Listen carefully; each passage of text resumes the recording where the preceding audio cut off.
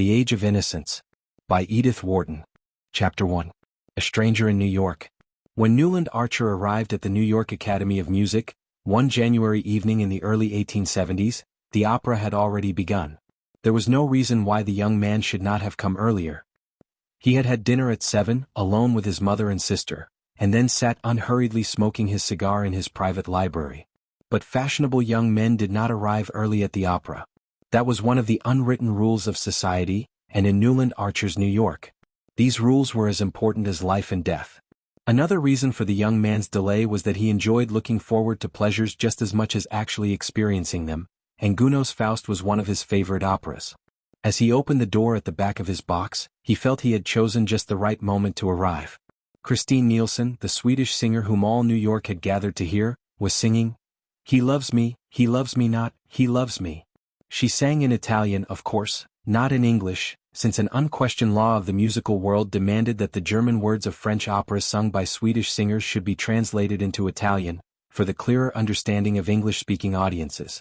This seemed as natural to Newland as all the other laws that governed his life, like never appearing in society without a flower in his buttonhole, and having 2 silver-backed brushes for his hair. He turned his eyes away from the singer and looked at the audience. Directly opposite him was the box of old Mrs. Manson Mingot, who was now so fat that she was unable to attend the opera, but whose family often came on fashionable nights.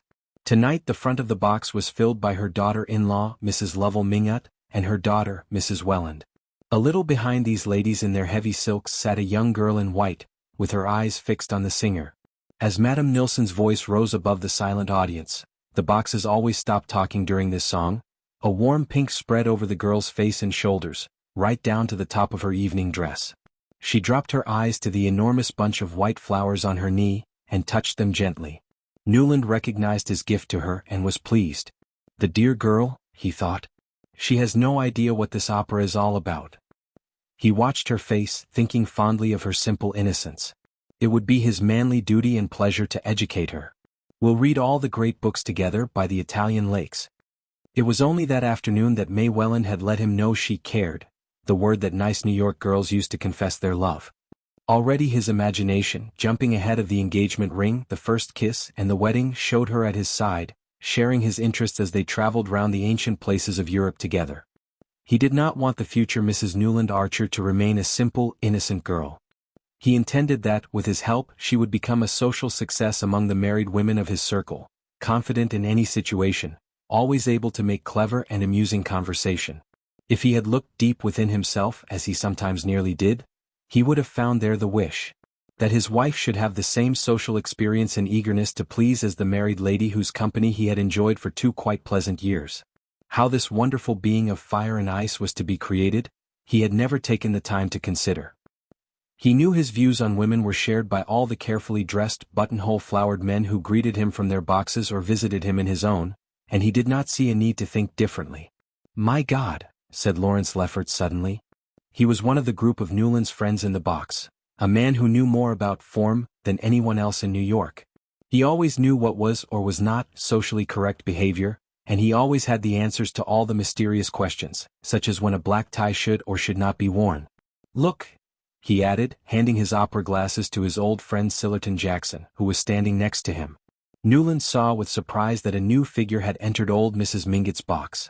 It was that of a young woman, a little less tall than May Welland, with curly brown hair and a dark blue unusually low-cut evening dress. Sillerton Jackson returned the opera glasses to Lawrence Lefferts, and the young men in the box waited eagerly to hear what old Mr. Jackson had to say, since he knew as much about family as Mr. Lefferts knew about form. He also knew the details of all the scandals and mysteries that had lain under New York's calm surface for the last 50 years. There was a moment's silence. Then Sillerton Jackson said simply, "I didn't think the Mingots would have attempted that."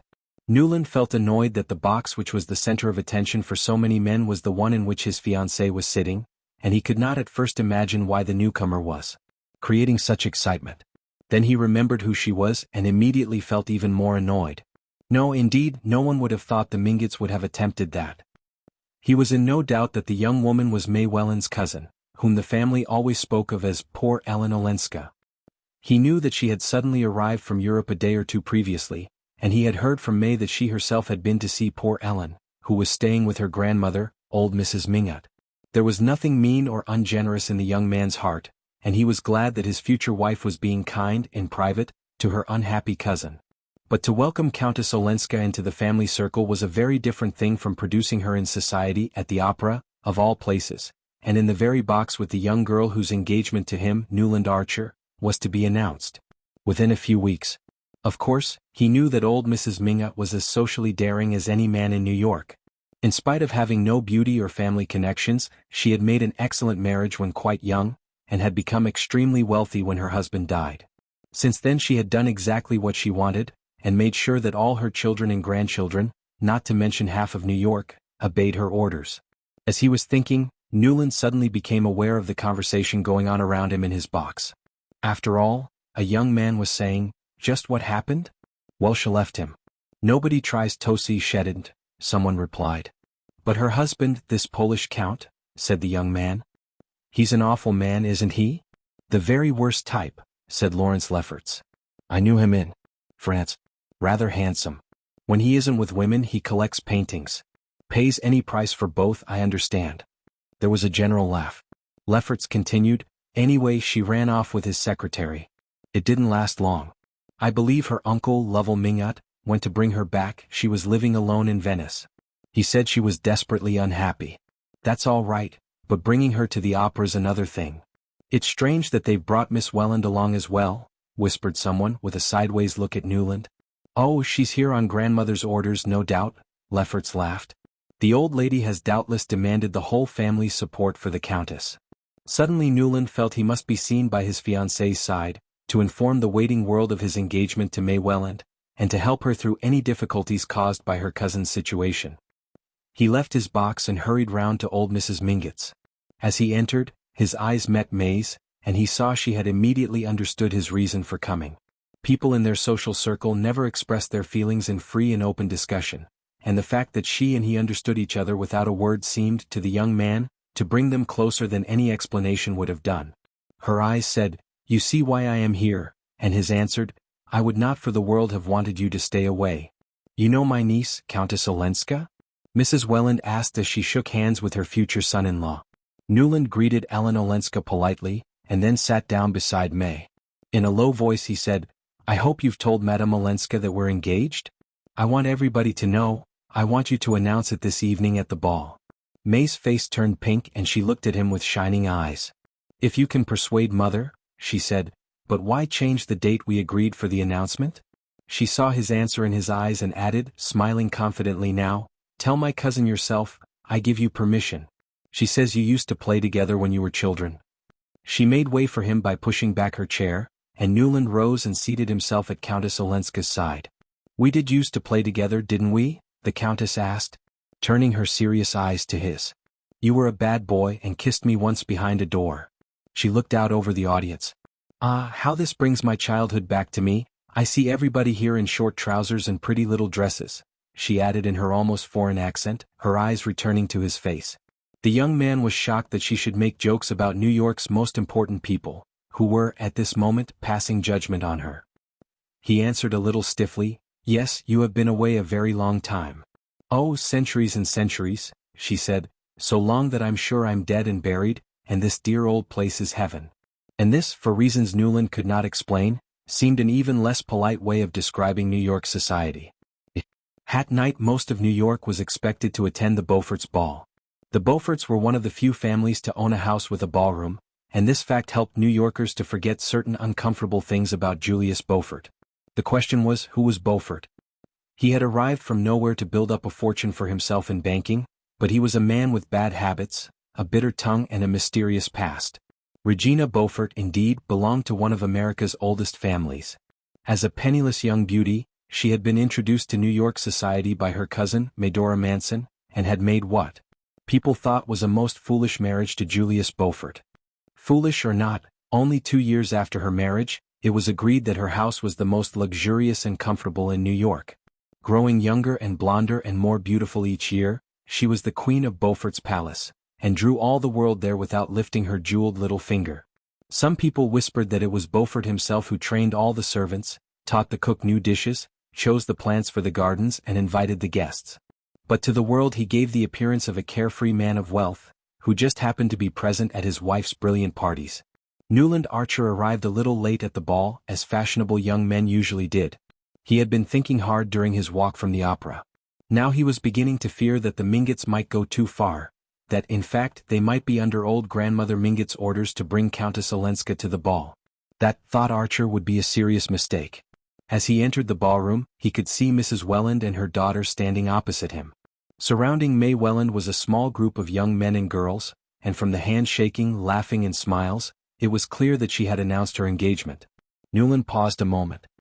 He had wanted the announcement to be made, but he would have preferred it to be done at a quieter time, not in the heat and noise of a crowded ballroom. He was glad to see that May shared this feeling. Her eyes met his and their look said, "Remember, we're doing this because it's right." He made his way towards her, and after receiving warm congratulations from many of the group, he drew his fiancée into the middle of the dance floor and put his arm around her waist. "Now we won't have to talk," he said, smiling into her clear eyes as they started dancing. She made no answer, but her lips trembled into a smile. "Dear," whispered Newland, pressing her to him. What a new life it was going to be, with this whiteness, this beauty, this goodness at his side. When the dance was over, the couple sat down in a quiet corner, and Newland pressed her hand to his lips. "You see, I made the announcement as you asked me to," she said. "Yes, I couldn't wait," he answered, smiling. "Only I wish it didn't have to be at a ball." "Yes, I know." She looked at him intelligently. "But after all, even here we're alone together, aren't we?" "Oh, dearest, always," Newland cried. Clearly she was always going to understand, she was always going to say the right thing. He continued happily, "The worst of it is that I want to kiss you and I can't." But looking quickly round, he could see there was no one nearby, and so he placed a kiss lightly on her lips. She sat silent, and the world lay like a sunlit valley at their feet. "Did you tell my cousin Ellen?" she asked a moment later, in a dreamlike voice. He remembered that he had not wanted to speak of such things to the strange foreign woman and had to lie. "I didn't have the chance in the end." "Ah." She looked disappointed but continued, "You must, because I didn't either. She's been away so long that she's rather sensitive, and might feel hurt if we didn't tell her." Newland looked at her lovingly. "Dearest, of course I'll tell her." He looked anxiously towards the crowded ballroom. "But I haven't seen her yet. Has she come?" "No, at the last minute she decided her dress wasn't good enough for a ball, so she didn't come." "Oh well," said Newland, secretly delighted. Nothing about his fiancée pleased him more than her determination not to see anything unpleasant, like the real reason for her cousin's absence. During the next day Newland and May, with May's mother, paid their first social visits as an engaged couple. At old Mrs. Mingott's house, they discovered that Countess Olenska was out. But just as their visit came to an end and they were preparing to leave, she returned, followed by the unexpected figure of Julius Beaufort. And in the hall, while May and her mother were putting on their coats, Newland realized that the Countess was looking at him with a questioning smile. "Of course you know already about May and me," he said to her with a shy laugh. "I meant to tell you last night." The smile passed from Countess Olenska's eyes to her lips. She looked younger, more like the playful Ellen Mingott of his boyhood. "Of course I know, yes. And I'm so glad." She held out her hand. "Goodbye. Come and see me some day," she added, still looking at Newland. On their way home, none of them mentioned Ellen Olenska, but Newland knew Mrs. Welland was thinking, "It's a mistake for Ellen to be seen so soon after her arrival with Julius Beaufort." The young man himself was thinking, "And she ought to know that an engaged man doesn't spend his time visiting married women. But perhaps that's acceptable in the circle she's been moving in." He thanked heaven he was a New Yorker, and about to marry one of his own kind. Chapter 2, Newland Has Doubts. The next evening old Mr. Sillerton Jackson came to have dinner with the Archers. Newland's mother, Adeline Archer, had long been a widow, and did not often go into society, but she liked to be well informed about what was going on.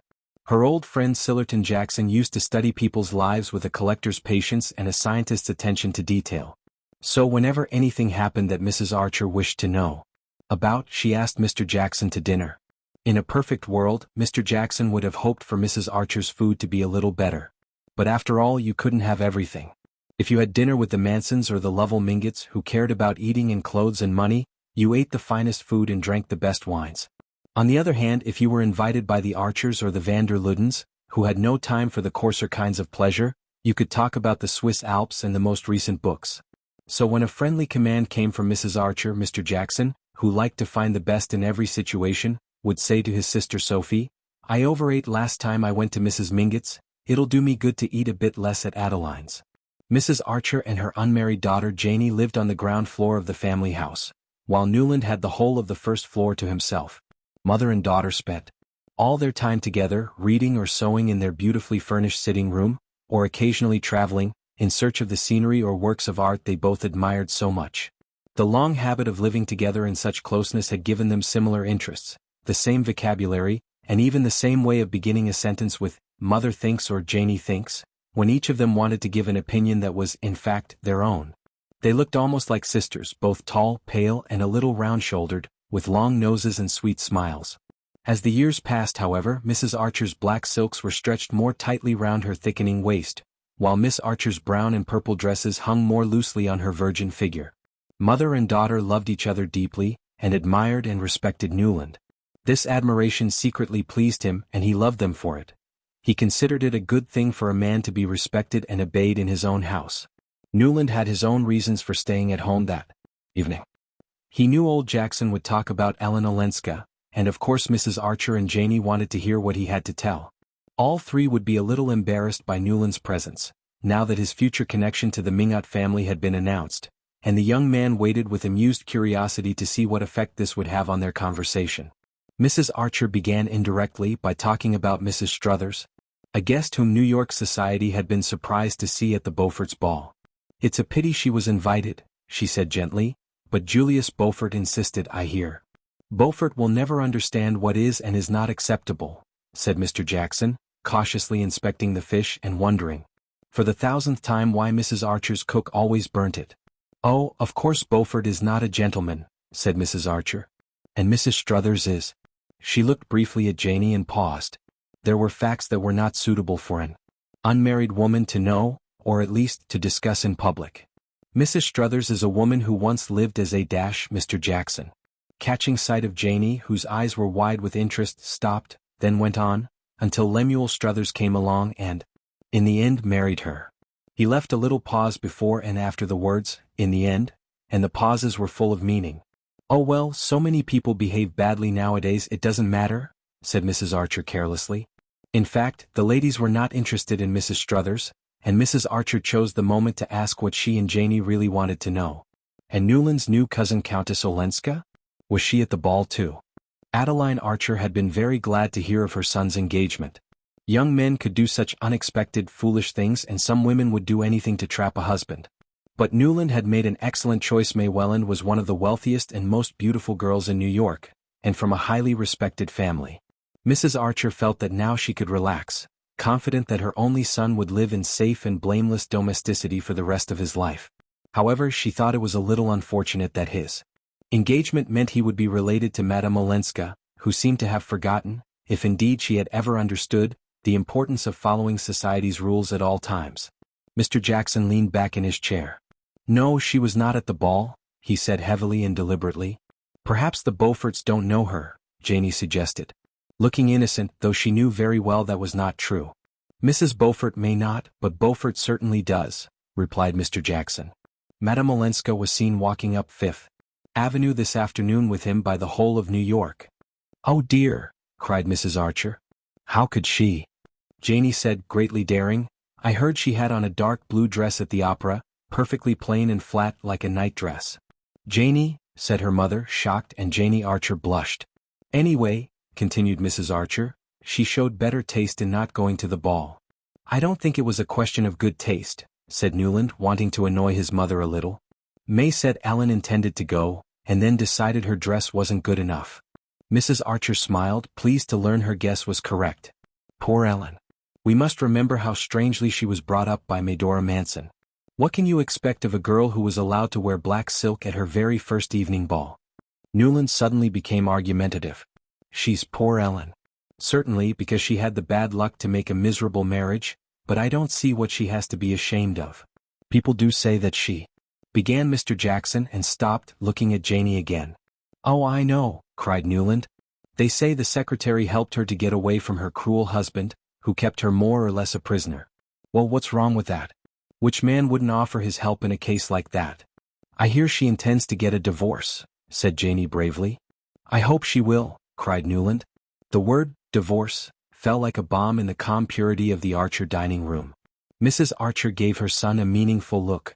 And the young man, conscious of the bad taste of discussing such personal matters in front of the servants, quickly changed the subject. After dinner, as was the custom, the ladies went up to the sitting room, while Newland took his guest to the library. As Mr. Jackson sat down in a comfortable armchair and happily lit one of Newland's excellent cigars, he said, "You think the secretary just helped her to get away, my dear Newland?" "Well, he was still helping her a year later then because someone met them living in Switzerland together." Newland reddened. "Living together? Well, why not? Why shouldn't she start a new life? I hate the idea that a woman of her age should bury herself alive if her husband chooses to live with other women." He turned away angrily to light his cigar. "Women ought to be free as we are," he added, too irritated to realize the full meaning of his discovery. Mr. Sillerton Jackson stretched his feet closer to the fire and whistled in amusement. "Really, Newland?" he said with a smile. "Well, it seems Count Olenski shares your view because I don't think he's lifted a finger to get his wife back." That evening, after Mr. Jackson's departure, Newland sat at his desk in the library, looking at the large photograph of May Welland which she had given him. With a new sense of fear he looked at the serious eyes and smiling, innocent mouth of the young creature who would soon be his responsibility. She was the terrifying product of the society he belonged to and believed in, a young girl who knew nothing and expected everything. Suddenly she seemed like a stranger, and he began to realize that marriage was not the safe harbor he had been taught to expect, but a voyage into unexplored seas. The arrival of the Countess Olenska had disturbed him, and made him unsure of what was right, for the first time in his well-ordered life. Naturally, he would be a far kinder and more sensitive husband to May than Count Olenski had been to Ellen. But clearly things could still go wrong in his marriage to May. What could he and she really know of each other, since it was his duty to hide his past from her, and her duty as a marriageable girl, to have no past to hide? What if they should tire of each other or annoy each other? He thought about his friends' marriages, and saw none that offered the loving friendship which he had been hoping for with May. He was sincerely in love and he knew that doubts were common in young men who were going to be married. Blamed Countess Olenska. Here he was, recently engaged, a moment for pure thoughts and cloudless hopes, and involved in a scandal which could bring all the kinds of problem he would much rather avoid. A few days later the scandal worsened. The Lovell Mingotts, led by old Mrs. Manson Mingot, had sent out cards inviting a number of guests to a dinner. The invitations were headed with the words, "To meet the Countess Olenska." 48 hours later, the unbelievable had happened. Everyone except the Beauforts and Sillerton Jackson had refused the Mingotts' invitation. It was clear that New York society had decided not to meet the Countess Olenska. When Newland heard of this he was extremely angry, and persuaded his mother to ask her influential cousin, Louisa van der Luden, for her support. The New York of Newland Archer's day was broadly made up of three groups of people. At the bottom were the respectable, ordinary families like the Leffertses or the Jacksons. Above them were the wealthy people of good family like the Mingotts and the Archers. And right at the top were just three families, the Dagonets, the Lannings and the van der Ludens, all of whom were related to high-born European families. Mrs. Archer and Newland drove straight to the van der Ludens' large dark house in Madison Avenue. Here Louisa received them in her high-ceilinged sitting room full of solid, old-fashioned furniture, and listened politely to Mrs. Archer's story. Her usual answer to any request for help was, "I shall first have to talk this over with my husband," but this time she rang for a servant and told him, "If Mr. van der Luden has finished reading the newspaper, please ask him to be kind enough to come." In a few minutes Henry van der Luden entered the room. He greeted Mrs. Archer and congratulated Newland on his engagement. Then he listened quietly as Mrs. Archer repeated what she had told his wife.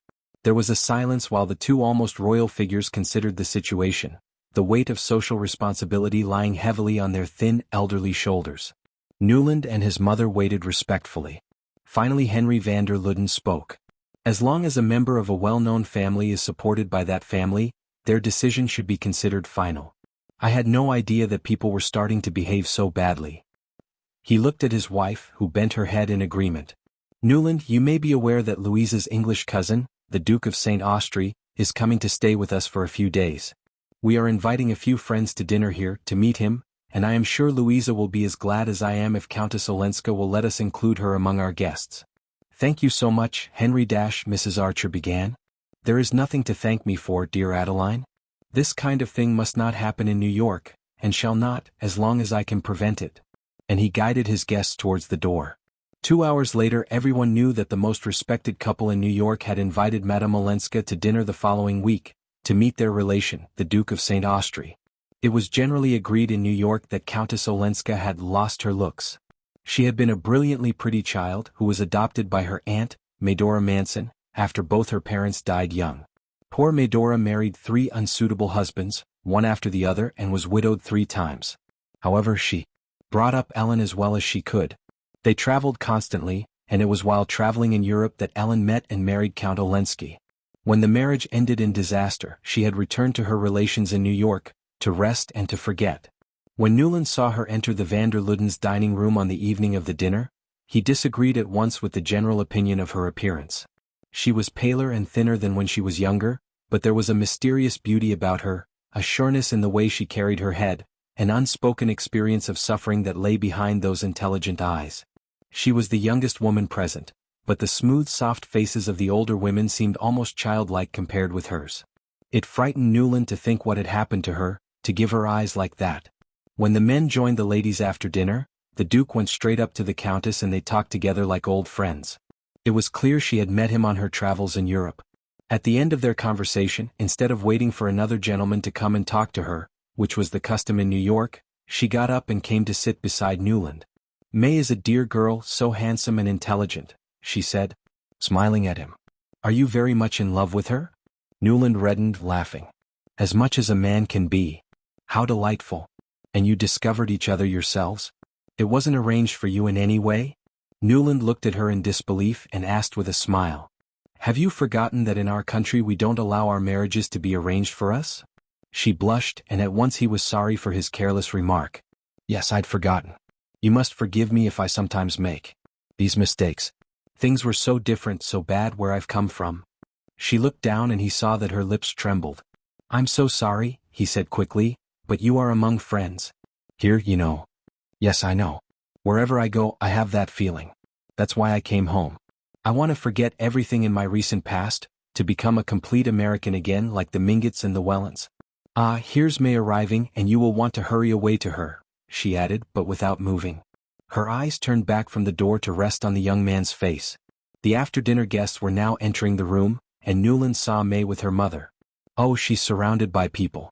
She's being introduced to the Duke just now," he said. "Then stay with me a little longer," Madame Olenska said in a low voice, just touching his knee with her finger. It was the lightest touch, but to him it was as exciting as a kiss. "Yes, let me stay," he whispered. But just then Mr. van der Luden came up, with a guest who wanted to meet the Countess, so Newland had to give up his seat. Madame Olenska held out her hand to him to say goodbye. "Tomorrow then after 5, I shall expect you," she said. "Tomorrow?" Newland heard himself repeating, although they had made no arrangement during their conversation. As he moved away, he saw, waiting to meet the Countess, a number of the couples who had refused to meet her at the Lovell Mingotts, and it proved to him yet again the great influence that the van der Ludens had on New York society.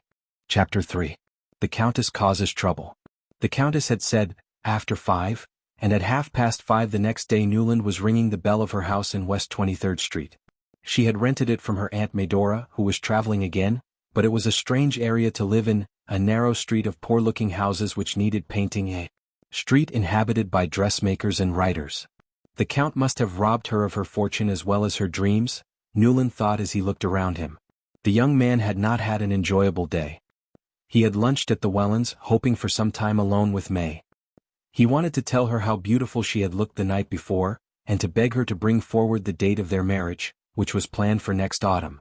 But when he mentioned the idea at lunch, Mrs. Welland had just shaken her head at him in hurt surprise, saying, "May needs 12 sets of everything, and every piece must be sewn by hand." Then he had been forced to go with the ladies on their afternoon of social visits, calling on several families in turn to announce the engagement. As he left the Wellens' house, May's mother called after him, "Tomorrow we'll do the Chiverses and the Dallases." And to his horror Newland realized her plan was to visit the friends of both families in alphabetical order, and that they were only in the first quarter of the alphabet. He knew he would not enjoy the next few months. He had meant to tell May of the Countess's request, or command, rather, that he should call on her that afternoon, but in the short time they had been alone, He had had more urgent things to say to May, and the moment for telling her had passed. The door was opened by a dark-haired servant girl who did not speak English. She showed him into a sitting room and disappeared. Newland looked around curiously. The room was unlike any he had known. There were a few pieces of fine old furniture, some Italian-looking pictures, and just 2 roses in a tall thin vase perfectly positioned. The room had its own special atmosphere which seemed to wrap around him. Even the smell was different, suggesting exotic places like Samarkand in Central Asia. How will May furnish our house? He thought. Probably in the same purple and yellow as at her parents'. At least I'll be able to arrange my library as I like. After a while he heard a carriage arrive outside, and looking through the curtains he caught sight of Julius Beaufort helping Madame Olenska out. In a few moments she entered the room. "How do you like my funny house?" she asked, showing no surprise at seeing him. "To me it's like heaven." "You've arranged it delightfully," he said. "I suppose what I like is the wonderful feeling of being here in my own country in my own town, of being alone in it." "You like being alone so much?" "Yes, as long as my friends prevent me from feeling lonely." She sat down, lying back in her chair and putting her hands behind her head. "This is the hour I like best, don't you?" A sense of his own importance made him say, "I was afraid you'd forgotten the time." Beaufort must have been a very interesting companion. She looked amused. "Why, have you waited long?" "Mr. Beaufort took me to see some houses. My family want me to move to a better area." "But what does it matter where one lives? This street just isn't fashionable." "Fashionable? Do you all think so much of that? Why not make one's own fashions? But I suppose I've lived too independently. Now I want to do what you all do. I want to feel cared for and safe." He was touched. "That's what your friends want you to feel." But he suspected she still did not realize how close to social disaster she had been, before the van der Luddens had saved her. So he said, "Last night the best families in New York were looking after you." "I know, it was such a nice party," she replied lightly. These words were hardly adequate, Newland felt, for the social importance of that event. "The van der Luddens," he said seriously, "are the most influential people in New York. Unfortunately, because they are elderly and in poor health, they do not often receive guests." "Isn't that the reason for their great influence?" she said thoughtfully. "It's because they are hardly ever seen." He stared at her and suddenly realized she was right. He laughed and thought no more about the van der Luddens. "But you'll explain these things to me, won't you?" Madame Olenska continued. "You'll tell me all I ought to know? It's you who are telling me, opening my eyes to things I've looked at so long that I no longer really see them." He wanted to say, "Don't be seen driving about the streets with Beaufort," but he was being too deeply drawn into the atmosphere of the room to give advice of that kind. He felt a long way from New York. He was in Samarkand, from where New York looked strangely small and distant, as indeed it would. The Countess bent over the fire, holding her thin hands out to the flames, and her face seemed pale in the firelight. "Your family," Newland added, "can advise you, especially the older women." She shook her head. "Oh, I know. All my aunts and my grandmother. But only if they don't hear anything unpleasant. Does no one want to know the truth here, Mr. Archer? The real loneliness is living among all these kind people who only ask me to pretend." She put her head in her hands and started crying. "Madame Olenska." "Oh, don't, Ellen," he cried, jumping up and bending over her. He took one of her hands, holding and rubbing it like a child's, but she soon freed herself and looked up at him with wet eyes. "Does no one cry here either?" "I suppose there's no need to, in heaven," she said with a laugh. Newland realized with horror that he had called her Ellen. The use of first names between young people was only permitted if they were engaged. Somewhere in his mind's eye he could see the tall white figure of May Welland. She seemed very far away. Suddenly the servant came in and spoke in Italian to the Countess. She showed in a strange-looking couple, the Duke of St. Austry and Mrs. Struthers, a large lady with unnaturally black hair, painted lips, and an expensive fur coat. They had come to invite Madame Olenska to a musical evening at Mrs. Struthers' house on Sunday evening. Madame Olenska accepted with delight, and Mrs. Struthers waved a cheerful hand at Newland. "And bring your young gentleman with you," she said. Newland escaped as quickly as he could. He had no wish to become involved with the socially unacceptable Mrs. Struthers. As he went out into the wintry night, the feeling of Samarkand disappeared. New York was all around him again, and May Welland the loveliest woman in it. He went straight to a flower shop, to send her the daily box of sweet-smelling white flowers, which he realized he had forgotten to send that morning. While in the shop he noticed a huge bunch of yellow roses. They were not May's kind of flower. Too rich, too strong, too exotic for her. He gave the assistant the Countess's address and told him to send them there at once, but he did not like to put his name on the card. The next day he persuaded May to escape for a walk in the park. It was a sunny winter's day with snow on the ground, and the cold air brought out the color in May's lovely face. Newland felt proud to have such beauty walking next to him, and he felt his doubts and worries disappear. They talked about the flowers he sent her every day, and he confessed that he had sent roses to the Countess. May was delighted he was being so kind to her cousin. Then Newland started talking about their own plans, their future, and Mrs. Welland's insistence on a long engagement. "But aren't we very happy as we are?" May asked, smiling brilliantly up at him. "We could be even happier. We could be together all the time. We could be traveling." "That would be lovely," she replied. "But Mother would not understand us wanting to do things so differently from other couples." Suddenly he felt quite desperate. Would he ever be able to reach the real May Welland, through the wall of custom and social expectation which divided them? And what if, when he finally broke down the wall, there was nobody there? "Do we have to do things the way everyone else does?" he cried almost wildly. "Can't you and I be different, May?" Her eyes rested on him with a bright, unclouded admiration. "But we can't just run away together, can we?" she asked. "You know, like people in books." "Why not, why not, why not?" She looked a little bored by his insistence. "I'm not clever enough to argue with you. But that sort of thing is rather vulgar, isn't it? Are you so much afraid of being vulgar?" She was clearly shocked by his question. "Of course I am, and so are you," she replied sharply. Then, sure of having found the right way to close the discussion, she went on light-heartedly, "Oh, did I tell you that I showed Ellen my ring? She thinks it's the most beautiful one she ever saw." 11 Next day he felt depressed. He could see his life stretching tidily ahead of him, with no excitement, no unplanned events, and he was filled with unreasoning horror at the thought of doing the same thing every day at the same hour. The word sameness repeated itself maddeningly inside his head. In the afternoon Janey came to see him in his library. "Newland, Mother's very angry," she said. "Angry? With whom? About what?" "Your friend Madame Olenska. She was at Mrs. Struthers's party last night, on a Sunday evening, Newland, when people are at church. She went with the Duke and Mr. Julius Beaufort." When he heard the last name, a senseless anger took hold of Newland, but he controlled himself and just laughed. "Well, what of it? I knew she meant to go." Janey went pale. "You knew she meant to go and you didn't try to stop her? To warn her? Stop her? Warn her?" He laughed again. "I'm not engaged to the Countess Olenska." The word sounded strange in his ears. "Well, I think you'd better come down and speak to Mother." In the sitting room Mrs. Archer was looking very anxious. "I'm so worried the van der Luddens will be offended," she said. "Why should they be offended?" Newland asked. "Because she went to the house of that vulgar woman." "Well, Mrs. Struthers may be vulgar," said Newland, "but she has good music and amuses people on Sunday evenings, when the whole of New York is dying of boredom." "Good music? All I know is, there was a woman who got up on a table and sang the things they sing at the places you go to in Paris. There was smoking and champagne. Well, that kind of thing happens in other places and the world still goes on."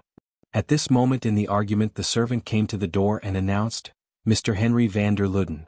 A visit from this gentleman was such an unusual event that both ladies looked quite frightened, but Newland remained calm. "Come in, sir," he said, going forward to greet his relation. "We were just talking about you, and the Countess Olenska." Mrs. Archer went pale and put a hand to her heart. "Ah, a delightful woman," replied Mr. van der Luden. "I have just been to see her. The Duke told me to go and see how cleverly she's arranged her sitting room. And it's true, quite remarkable. I would take Louisa to see the Countess if the area were less unpleasant." There was dead silence. Mr. van der Luden continued, "The fact is, between ourselves, I wanted to give her a friendly warning about allowing the Duke or anyone else to carry her off to parties with him." "Has the Duke been carrying her off to parties?" asked Mrs. Archer innocently. "I'm afraid so, dear Adeline. But Madame Olenska was very grateful for my few words of guidance." And so Mrs. Archer's anxiety about Ellen Olenska's behavior was calmed, for the moment at least. 2 weeks later Newland was sitting doing nothing in the offices of Letter Blair, Lamson and Lowe, the firm of lawyers whom he worked for, when he was called to the private office of the head of the firm, Mr. Letter Blair. The old man was clearly a little worried. It appeared that the Countess Olenska wished to get a divorce from her husband. Her family, especially old Mrs. Manson Mingot, wanted to avoid the scandal this would cause. They had sent a number of papers to Mr. Letter Blair, asking that Newland Archer, as a future member of the family, should take on the case. They wanted Newland, on behalf of the Letter Blair firm, to advise the Countess against divorce. Newland was at first unwilling to get involved in the Countess's private life. But once he had read the papers, which included letters from her husband, he was so horrified by her suffering at the hands of the Count that he agreed to take on the case. He was determined to give her his support, no matter what she decided to do. So he made an appointment with her at her house in order to discuss the case. Chapter 4. A second visit to the Countess. As Newland walked up Fifth Avenue after dinner that evening, he could see a number of carriages outside the Chiverses, where they were having a party for the Duke. He passed the Beaufort's house, and saw Julius himself come out and drive away in his carriage. Probably on his way to that new lady friend of his, thought Newland. All of New York knew about Beaufort's mistresses, and Miss Fanny Ring was the latest in a long line. He walked on into the narrow street where the Countess lived, surrounded by the houses of painters and writers. He and his family belonged to the part of New York society that believed in the importance of literature and art, but fashionable and well-born families rarely mixed socially with artists.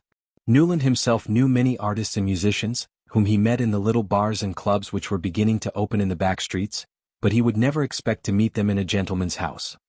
He imagined that the Countess, whose house was full of books, was used to a much more open society, where writers and artists came and went freely, and that this might be one of the things she would miss from her old life.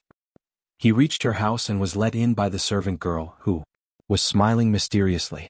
In the hall was a fur-lined coat and a silk opera hat with the letters J.B. in gold on it. It was clear that Julius Beaufort was visiting Madame Olenska. Newland was so angry that he almost left at once. But then he remembered he had not told the Countess he wished to see her privately, so he could not blame her for opening her doors to other visitors. In the sitting room Beaufort was standing in front of the fire, smiling down at the Countess. She was half lying on a sofa, her head supported on one hand. Her sleeve had fallen away to leave her white arm visible up to the elbow. Instead of the usual close-fitting, all-covering silk dress which New York ladies wore when receiving evening visitors, she was wearing a long dress of soft red material, with black fur around the neck and down the front. The effect was certainly pleasing. Well, 3 whole days at Squire Cliff," Beaufort was saying in his loud voice as Newland entered. Squire Cliff was the van der Luden's country house just outside New York, and it seemed the Countess was invited there. "It's a pity, you'll miss the musical evening I've planned for you on Sunday." She held out her hand to greet Newland as she replied to Beaufort. "Ah, that does tempt me. Except for the other evening at Mrs. Struthers, I've not met a single artist since I've been here. I know 1 or 2 painters, very nice people, who I could bring to see you if you'd allow me," said Newland daringly. "Painters in New York?" asked Beaufort with a laugh. He gave the impression there were none, since he did not buy their pictures. And Madame Olenska said to Newland, "That would be delightful.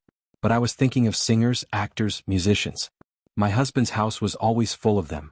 Newland felt confused. How could she speak so calmly of her married life? But he was pleased to see she wanted to speak to him privately, because she made it clear to Beaufort that he must leave. And a few minutes later they were alone together. "So you care for painting then?" she began by asking. "Oh yes, enormously. When I'm in Paris or London I never miss a show. I try to see all the new pictures. My life used to be full of such things too. But now I want to throw off my old life, to become just like everybody else here." Newland reddened. "You'll never be like everybody else." "Ah, don't say that. If you knew how I hate to be different." Her face looked dark and sad as she spoke. He waited a moment and cleared his throat. "I know you want a divorce. Mr. Letter Blair told me. That's why I've come. You see, I'm in the firm."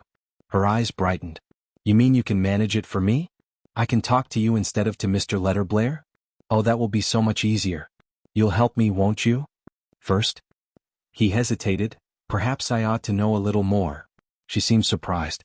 "You've read the papers? You know about my husband's mistresses? What could be worse than that? Our church allows divorce in such cases." "That's true, but—" Newland was thinking of a letter from the Count he had read, accusing his wife of having had an affair with his secretary. How much truth was there in that? Only Ellen could tell. "Of course, you know that if your husband chooses to fight the case as he threatens to, he can say things." "Yes. Things that might be disagreeable to you, and say them publicly, even if they aren't true. What harm could such accusations, even if he made them publicly, do me here in New York?" Newland thought, she still knows so little about us. He tried to explain. This is a very small world compared to the one you've lived in. Our ideas about marriage and divorce are particularly old-fashioned, especially if the woman has put herself, by some unusual behavior, in a position where offensive accusations can be made against her. Her head bent down low, and Newland waited, hoping desperately for a little anger, or at least just a word to tell him that no accusation would be true. No word came. A clock ticked softly in a corner, and the whole room seemed to be waiting silently with Newland. "Yes," she whispered at last. "That's what my family say. And you're one of them or will be soon. Do you share their view?" He looked away from her for a moment. How could he say, "Yes, if what your husband says is true"? Instead he said gently, "Is a divorce really worth it, when there's the possibility, the certainty of a lot of unpleasantness? But my freedom, isn't that worth it? It's my business, you know, to help you to see these things as the people who are fondest of you see them." He was filling the silence with meaningless talk. He could do nothing else, since she would not or could not say the one word that would have cleared the air and told him the truth. Suddenly she stood up. "Very well, I will do what you wish," she said. The blood rushed to his face and he caught her hands in his. I do want to help you," he said. "You do help me. Good night, my cousin." He bent and kissed her hands, which were cold and lifeless. When she took them away, he turned to the door, found his coat and hat in the hall, and ran out into the winter night, bursting with unspoken words. A week later Newland was at Wallack's Theatre, watching one of that season's most popular plays. He had seen it several times and one particular scene was his favorite. He was watching it now. In a room, two lovers said goodbye, sadly, almost wordlessly, and the man started towards the door. The woman turned away from him to the fireplace and looked down into the fire. She was wearing a long gray dress with long black ribbons falling down her back. At the door her lover turned for one last look at her. Then he walked quietly back, lifted one of the ribbons, kissed it, and left the room without her hearing him or changing her position. And on this silent parting the curtain fell. Newland thought this as fine as anything he had ever seen in the theaters of Paris and London. The silence and the dumb misery of the lovers' goodbye moved him greatly. And it reminded him, he could not have said why, of his goodbye to Madame Olenska after their conversation a week earlier. When he had left her, he had the feeling that Count Olenski's accusation was almost certainly true. Ellen was young, she was frightened, she was desperate. What more natural than that she should be grateful to her rescuer? The pity was that, in the law's eyes and the world's, one affair with the secretary made her as wicked as her husband, with his many mistresses. And Newland had explained to her that simple, kind-hearted New York was exactly the place where she could least hope for understanding. Having to make these facts plain to her, and watching her miserable acceptance of them, had been extremely painful to him. He was glad that he alone knew her secret, which would have horribly embarrassed her relations. And when he told her family she had decided not to ask for a divorce, they were all very grateful to him for sparing them so much unpleasantness. These thoughts reminded him so strongly of his last talk with Madame Olenska that as the curtain fell on the lovers' parting, his eyes filled with tears and he stood up to leave the theater. In doing so, he saw Madame Olenska in a box with the Beauforts and some other people. He had tried to avoid meeting her socially, but now their eyes met, and as Mrs. Beaufort waved to him to join them, it was impossible to refuse. He greeted the Beauforts, but soon found himself sitting beside the Countess. She turned and spoke to him in a low voice.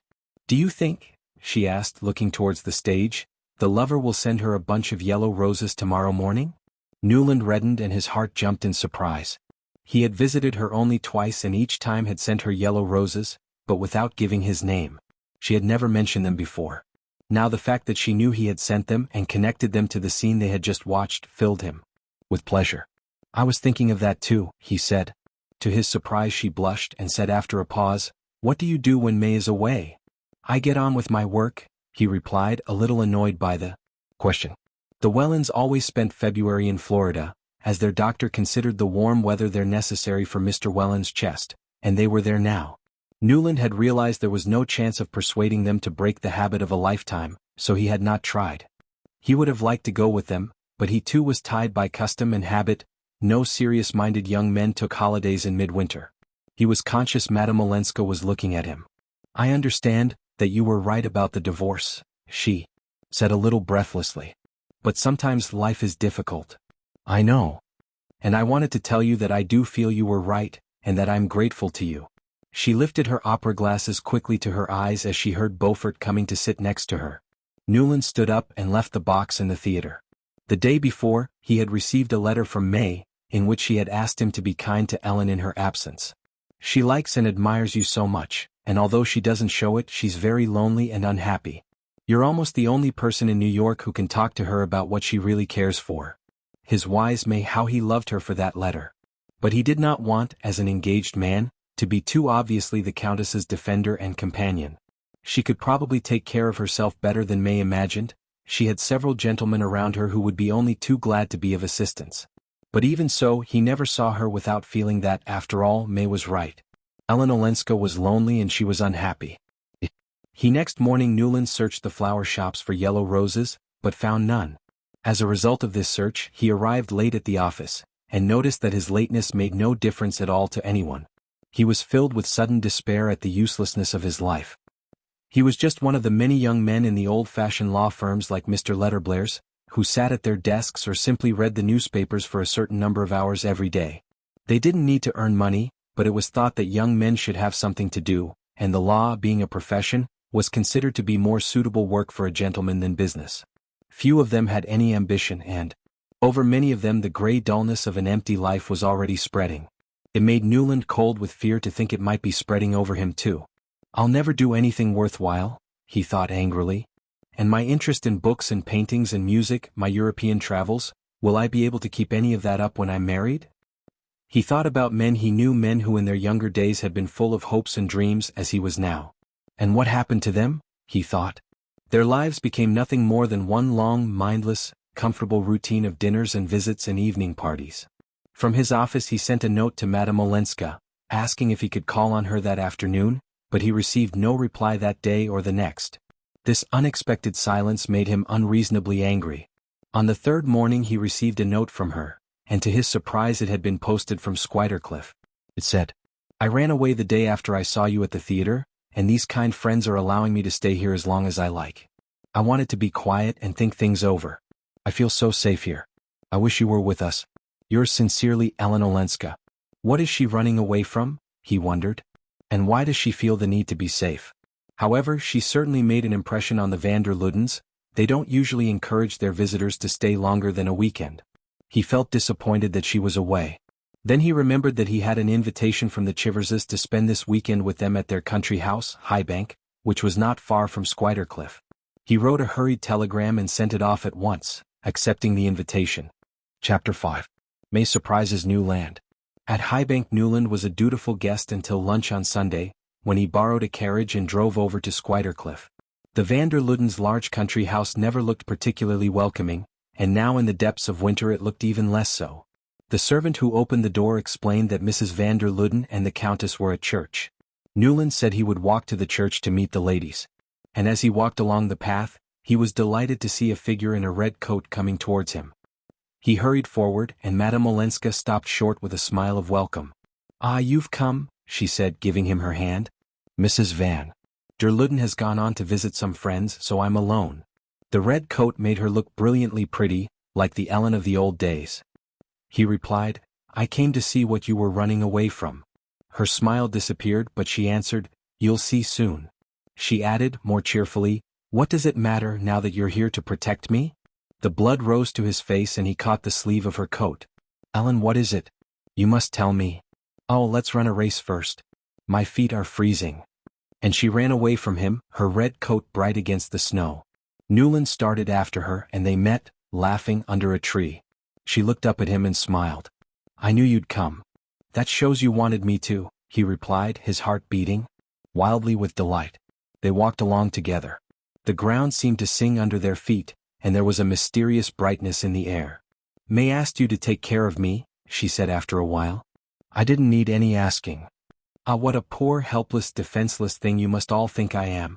But women here seem not to feel the need." He lowered his voice to ask, "What sort of need?"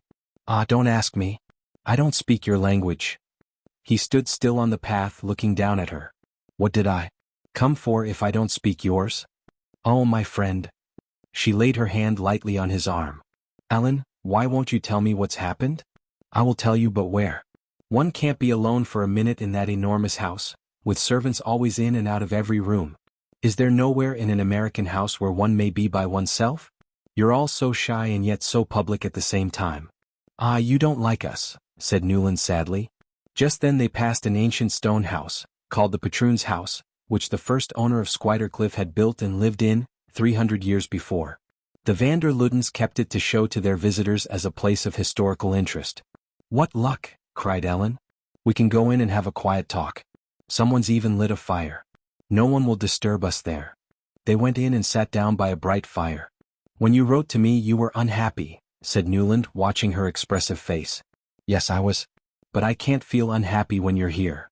I shan't be here very long. His lips felt stiff with the effort of saying just so much and no more. I know. But I live in the moment when I'm happy.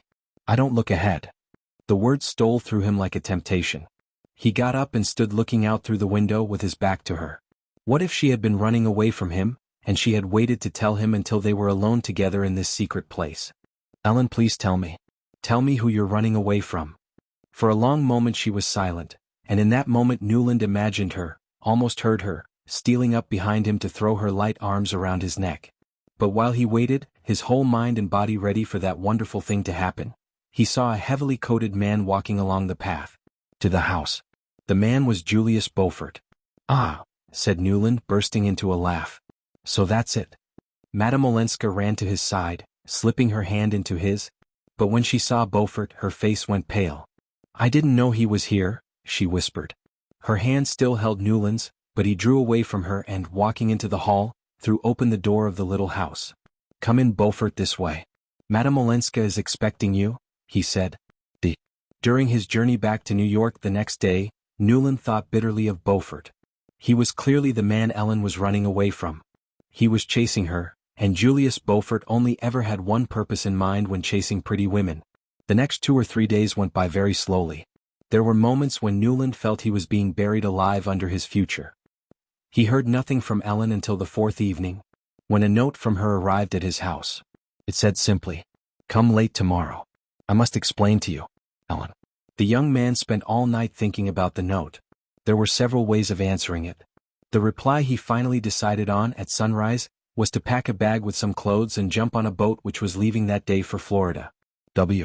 When he walked down the sandy main street of St. Augustine and saw May Welland standing there with the sun in her hair, he wondered why he had waited so long to come. Here was truth, here was reality, here was the life that belonged to him. Newland, has anything happened? She asked. Yes, I found I had to see you, he replied, and she blushed. Happily. They sat down on a bench under some orange trees, and he put his arm round her waist and kissed her. It was like drinking from a cool mountain stream on a hot summer's day. He explained to May's parents that he had come because he felt he might be getting a cold.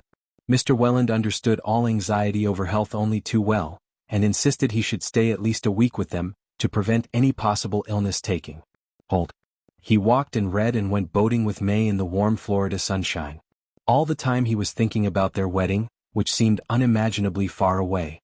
The day before he left they were walking through the orange trees again when suddenly he burst out, "Can't you understand, May? I want to make our dreams real. I want you to be my wife now rather than later, this year rather than next." For a moment May was silent. Then, clear-eyed, she looked straight at him. "I'm not sure I do understand.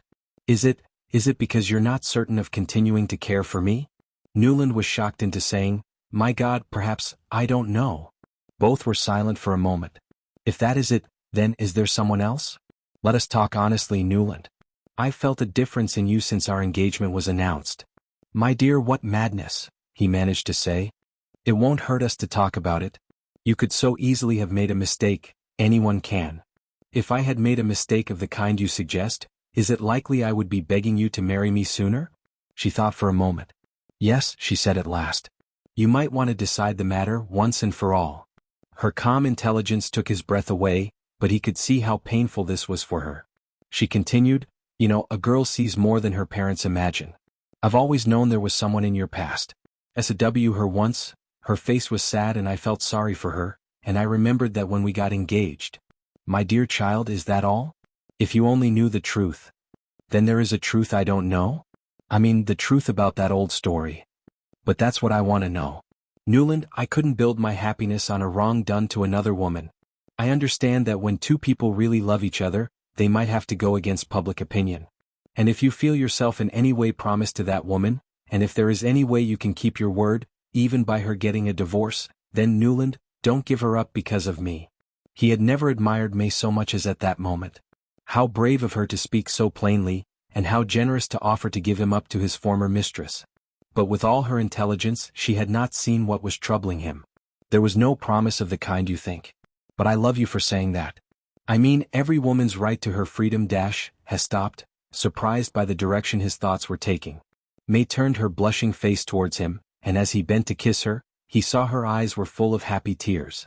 For a moment, he had seen a woman who could think for herself, a woman who was prepared to break away from society's rules. But the next moment he was disappointed to see the old, dutiful May return. She seemed to be aware of his disappointment, but without knowing what to do about it. They walked silently home. 2 days after his return to New York, Newland called on old Mrs. Manson Minot to persuade her to use her influence with the Wellens about an early wedding date for him and May. She was amused by his urgency and agreed to help.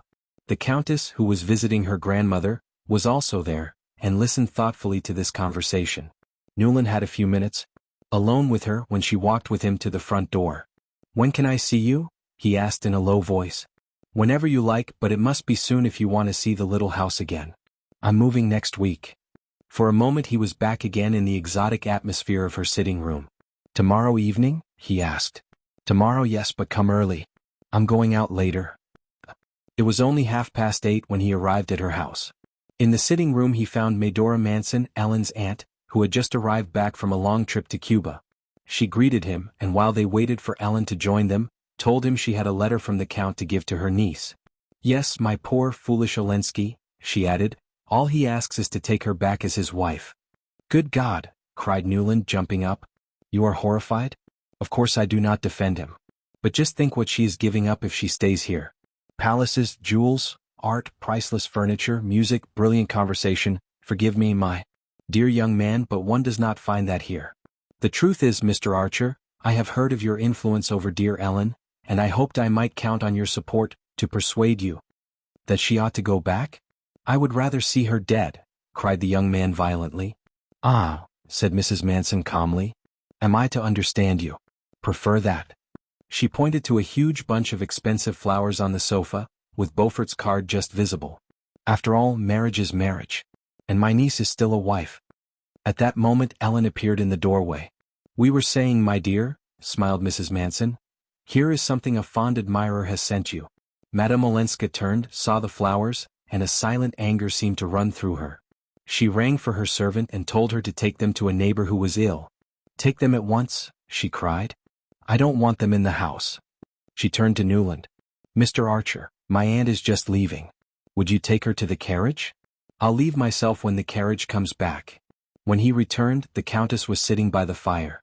"Your aunt thinks you will go back to your husband," he said. "Many cruel things have been believed of me. Oh, Ellen, forgive me, I'm a fool. I know you have your own troubles. You think the Wellens are unreasonable about your marriage, and of course I agree with you." He realized she was changing the subject. "Yes. I went south to ask May to shorten the engagement. We had an honest talk, our first, in fact. She thinks my impatience is a bad sign. She thinks it means I want to marry her at once to get away from someone whom I care for more. But if she thinks that, why isn't she in a hurry too? Because she's not like that. She's so much nobler. She has offered to give me up for the other woman." Madame Olenska looked into the fire for some time. Down the quiet street Newland could hear her horses returning. "That is noble," she said. "Yes. But I don't intend to marry anyone else." "Ah." There was another long pause. "This other woman, does she love you?" "Oh, there's no other woman. I mean, the person May was thinking of was never dash." "Then why, after all, are you in such a hurry to marry?" "There's your carriage," said Newland. "Yes, I should go. I am expected at Mrs. Struthers. I must go where I am invited, or I shall be too lonely." She smiled a little. Newland did not want her to leave. "May guessed the truth," he said. "There is another woman, but not the one she thinks." She did not answer and did not move. He sat down beside her and took her hand. But she jumped up and freed her hand. "Don't make love to me. Too many men have done that." It was the bitterest thing she could have said to him. "I have never made love to you and I never shall." But you are the woman I would have married if it had been possible. But it's you who've made it impossible, she cried. He stared at her, his mind full of darkness in which there was a single point of blinding light. I've made it impossible? You. Her lips were trembling. You made me give up the idea of divorce to spare my family the publicity, the scandal. And because my family was going to become your family, I did what you told me. I did it for you and for May. Good God, he cried. And I thought. Oh, don't ask me what I thought. She blushed deeply. But I do ask you. There were accusations in your husband's letter? I had nothing to fear from that letter, absolutely nothing. All I feared was to bring scandal on the family, on you and May. Good God, he cried again, putting his face in his hands. The silence that followed lay on them like a gravestone, and it seemed to Newland that nothing would ever lift that load from his heart. He did not move or raise his head from his hands. At least I loved you, he said out of the darkness. On the other side of the room, he heard a sound like a child crying softly. He ran to her. Ellen, what madness is this? Why are you crying? Nothing's done that can't be undone. I'm still free and you're going to be. He had her in his arms, her face like a wet flower at his lips. Why, oh why had he stood for 5 minutes arguing with her across the room, when just touching her made everything so simple? She gave him back all his kiss, but after a moment he felt her stiffening in his arms and she put him aside. Ah, my poor Newland, I suppose this had to happen. But it doesn't change things in the least. It changes the whole of life for me. No, it mustn't, it can't. You're engaged to May Welland and I'm married to the Count. Newland stood up. Nonsense. It's too late for that sort of thing. We've no right to lie to other people or ourselves. You say that because it's the easiest thing to say at the moment. In reality, it's too late to do anything but what we'd both decided on. You see, from the very beginning I realized how kind, how noble you were. Very good people don't impress me, I feel they've never been tempted. But you understand, you felt the world outside tempting you with its golden hands, and yet you won't accept happiness bought with cruelty. That's better, nobler than anything I've ever known. She spoke quietly, without tears, and each word burned its way into Newland's heart. Don't let us undo what you've done, she cried. I can't go back now to that other way of thinking. I can't love you unless I give you up. They remained, facing each other, divided by the distance her words had created. Suddenly he was angry. And Beaufort? Is he to replace me? You're seeing him this evening, aren't you? I shall not go out this evening, she said calmly. You tell me you're lonely, I've no right to keep you from your friends, he said bitterly. I shan't be lonely now. I was lonely, I was afraid. But the emptiness and darkness are gone now. He turned away with a sense of complete exhaustion. At that moment the doorbell rang, and a minute later the servant came in with a telegram for the Countess. It said, Grandmother's telegram successful. Parents agree wedding after Easter. Too happy for words and love you dearly. Your grateful May. Did he? Half an hour later, when Newland unlocked his own front door, he found a similar telegram waiting for him in the hall, saying, Parents agree wedding Tuesday after Easter, Grace Church. So happy. Love May. He started laughing wildly and could not stop. He was making so much noise that his sister came out of her bedroom. Newland, whatever is the matter? It's very late. Nothing's the matter, Janie, except that I'm going to be married in a month. Janie fell on his neck and pressed him to her thin chest. Oh, Newland, how wonderful. I'm so glad. But why do you keep on laughing? Do stop or you'll wake Mother.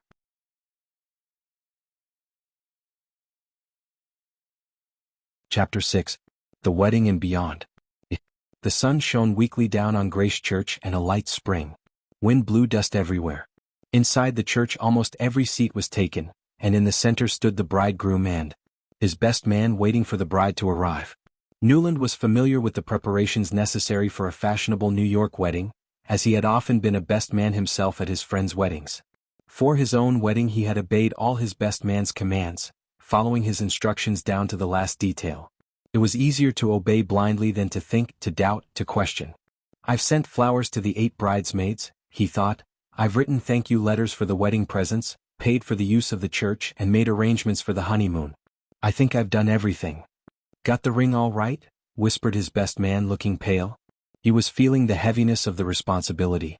Newland did what he had seen so many bridegrooms do, feel quickly in a jacket pocket, and found the little gold ring, which had Newland to May, April 22, 1874 written inside. He looked at the faces he knew so well in the seats all around him. How like a first night at the opera, he thought, waiting for the curtain to rise. He saw his mother and Janie crying with happiness, he saw Julius Beaufort next to his beautiful wife, he saw Lawrence Lefferts, the expert on form. He wondered how many social mistakes Lefferts' eager eyes would discover during the wedding, and then he suddenly remembered that he too had once thought such things important. A stormy discussion about whether the wedding presents should be put on show to the guests had darkened the last hours before the wedding, and it seemed unbelievable to him that adults could get so angry over something so meaningless. Yet there was a time when he had just as strongly felt opinions on such matters. And all the while, I suppose, he thought, real people were living somewhere and real things were happening to them. She's coming? The best man whispered excitedly, but Newland knew better. It was true the great doors had opened. But only for the arrival of May's family, not the bride herself. As the family came in, there was a thin older woman who almost made his heart stop beating. Medora Manson and her niece were now living in Washington, and neither of them was expected at the wedding. Newland stared hard at Medora, trying to see who came behind her. There was no one. "Newland, I say she's here," said the best man. Newland realized he had been in a kind of dream for the last few minutes, because the bride, on her father's arm, with her bridesmaids behind her, was already halfway towards him. He opened his eyes and felt his heart begin to beat normally again. The music, the flowers, the cloud-like figure all in white coming closer, all these sights and sounds, so familiar in themselves, so very strange to him today, were making him feel confused. "My God," he thought, "have I got the ring?" And once more he did what all bridegrooms do, desperately pushing his hand down into his pocket until his fingers touched gold. Then, in a moment, May was beside him, looking so beautiful that he stood a little straighter and smiled into her eyes. A short time later, the ring was on her finger, and they were ready to walk through the church past their smiling friends and then out into the sunshine as man and wife. "Your arm, give her your arm," whispered the best man, and once more Newland came back to reality. What was it that set me dreaming this time? He wondered. Perhaps it was seeing a dark-haired lady at the back of the church, who, when she turned round, was laughably unlike the person he was thinking of. And now he and his wife were getting into the carriage. She turned to him with a brilliant smile and they held hands. "Dearest," said Newland, and suddenly a black hole opened up in front of him and he felt himself falling deeper and deeper into it, while his voice went on speaking smoothly and cheerfully. "Yes, I thought I'd lost the ring. Well, every bridegroom thinks that, I suppose. But you did keep me waiting, you know. I had time to think of every horror that might possibly happen." She surprised him by throwing her arms round his neck, right in the middle of Fifth Avenue. "But none can ever happen now, can it, Newland, as long as we two are together?" Newland's aunts, the Dulacks, had offered the young couple their country home near Squidercliff for the first week of the honeymoon, but when Newland and May got out of the train at the nearest station, they discovered one of the van der Luydens' servants waiting for them. "I'm sorry, sir," he said, "but there's a problem with the water at the Dulacks, so Mr. van der Luyden has arranged for you to stay at the patroon's house at Squidercliff instead." Newland stared at the man, unable to speak, but May's eager voice broke out, covering the embarrassed silence. "Oh, the patroon's house will be perfect, won't it, Newland? It's so kind of the van der Luydens to think of it." And as they stepped into the van der Luydens' carriage, she said to Newland, "I've never been inside it, have you?" The van der Luydens opened it to show Ellen, it seems, when she was staying at Squidercliff. "She told me it's the only house she's seen in America where she could imagine being completely happy." "Well, that's what we're going to be, isn't it?" cried her husband, smiling brightly. "Ah, it's just our luck beginning," she replied, "the wonderful luck we're always going to have together." After their stay at the patroon's house, they sailed to Europe to continue their honeymoon. They spent June in Paris so that May could order new clothes, July in the Swiss mountains, and August in a quiet little town on the northern French coast. Their final 2 weeks were in London so that Newland could order his clothes. They did not go to the Italian lakes. Thinking about it, Newland could not imagine his bride there. In fact, traveling interested her even less than he had expected. Newland had decided to behave to May exactly as all his friends behaved to their wives, and to put away his thoughts about freedom for women. There was no use giving freedom to a wife who had not the smallest idea that she was not free. He knew that the fineness of May's feeling for him and her nobility of character made her a wife of whom he could be proud, but her insistence on obeying the rules of society worried him. In London, at a dinner party given by some friends of Mrs. Archer's, the Carfrys, they met a young Frenchman called Monsieur Riviere. Newland liked him in spite of his thin, ugly face and had an interesting conversation about books with him. Later, Newland suggested to May that they could invite the Frenchman to dinner, to continue the conversation. May was surprised. But he's almost like the Carfry's servant. They pay him to teach French to their nephew. Why would we invite him to dinner? Surely not Newland. Newland did not protest because he did not feel strongly enough about it. He realized, with a sudden cold feeling inside him, that in future many problems would be solved for him in this way, and he tried to find comfort in the old saying that the first 6 months of marriage were always the most difficult. When they returned from their honeymoon and moved into the well-built, expensively furnished house Mr. Welland had bought for them, life became easier for Newland. He had his routine of going to the office and then seeing some of his friends in a bar or a club, and occasionally taking May to the theater or the opera. But in the spring of the following year May persuaded him that they should spend August with her parents in their comfortable beach house in fashionable Newport. Newland had agreed because he could think of no good reason for refusing, but he knew he would not enjoy it. May reminded him that when he was single, he had enjoyed spending the summer there, and he knew it was true. He was surprised to find how much his opinions had changed since then. But he could not say that he had been mistaken in his choice of bride. May was one of the handsomest and most popular young married women in New York, and a thoughtful, sweet-tempered companion. He had trained himself to think of his feelings for her cousin as a momentary madness, as the last of a young man's attempts to find love. It now seemed unthinkable that he could have dreamed of marrying Ellen Olenska, and she remained in his memory as the saddest of a long line of ghosts. One day while they were in Newport, he and May visited old Mrs. Manson Mingot, who had her own house there. Newland discovered from the two women's conversation that Ellen and her aunt were spending the summer with some people called the Blenkers, at Portsmouth, a much less fashionable town further north. Then old Mrs. Mingot added, "But dear Ellen's come to spend the day with me today," and Newland's heart almost stopped beating as it had done at his wedding. "She's just outside, I think," Mrs. Mingot said, and she called out through the window across the garden, "Ellen! Ellen!" There was no answer, so Mrs. Mingot rang for a servant. "Where's the Countess Olenska?" she demanded. "Walking down to the beach, madam," replied the servant. The old lady turned to Newland. "Be a good boy, run and fetch her for me," she said. He stood up in a kind of dream. He was seeing the little firelit sitting room again, and hearing the sound of Ellen's horses returning down the deserted street. He walked down to the beach and stopped before he reached the sand. There, in front of him, on a long grassy piece of land, was a wooden summer house, with windows and doors open to the warm summer air. Inside the summer house stood a lady looking out to sea. "Have I just woken up?" wondered Newland. That figure from the past was a dream, and the reality was what was waiting for him away from the beach, his young wife, dinner with the Wellands, summer with the Wellands. "What am I? Just a son-in-law and a husband," he thought. The figure in the summer house had not moved. For a long moment the young man stood there watching the sailing boats out at sea. The lady seemed to be held by the same sight. "She doesn't know, she hasn't guessed," he thought. "What? I know if she came up behind me, I wonder?" And suddenly he told himself, "If she doesn't turn before the red sail crosses in front of that rock, I'll go back up to the house." The boat with the red sail was moving out to sea with the tide. It moved slowly towards the rock and then past it. Newland waited until the sail was a long way past the rock, but still the figure in the summer house did not move. He turned and walked up the hill to the house.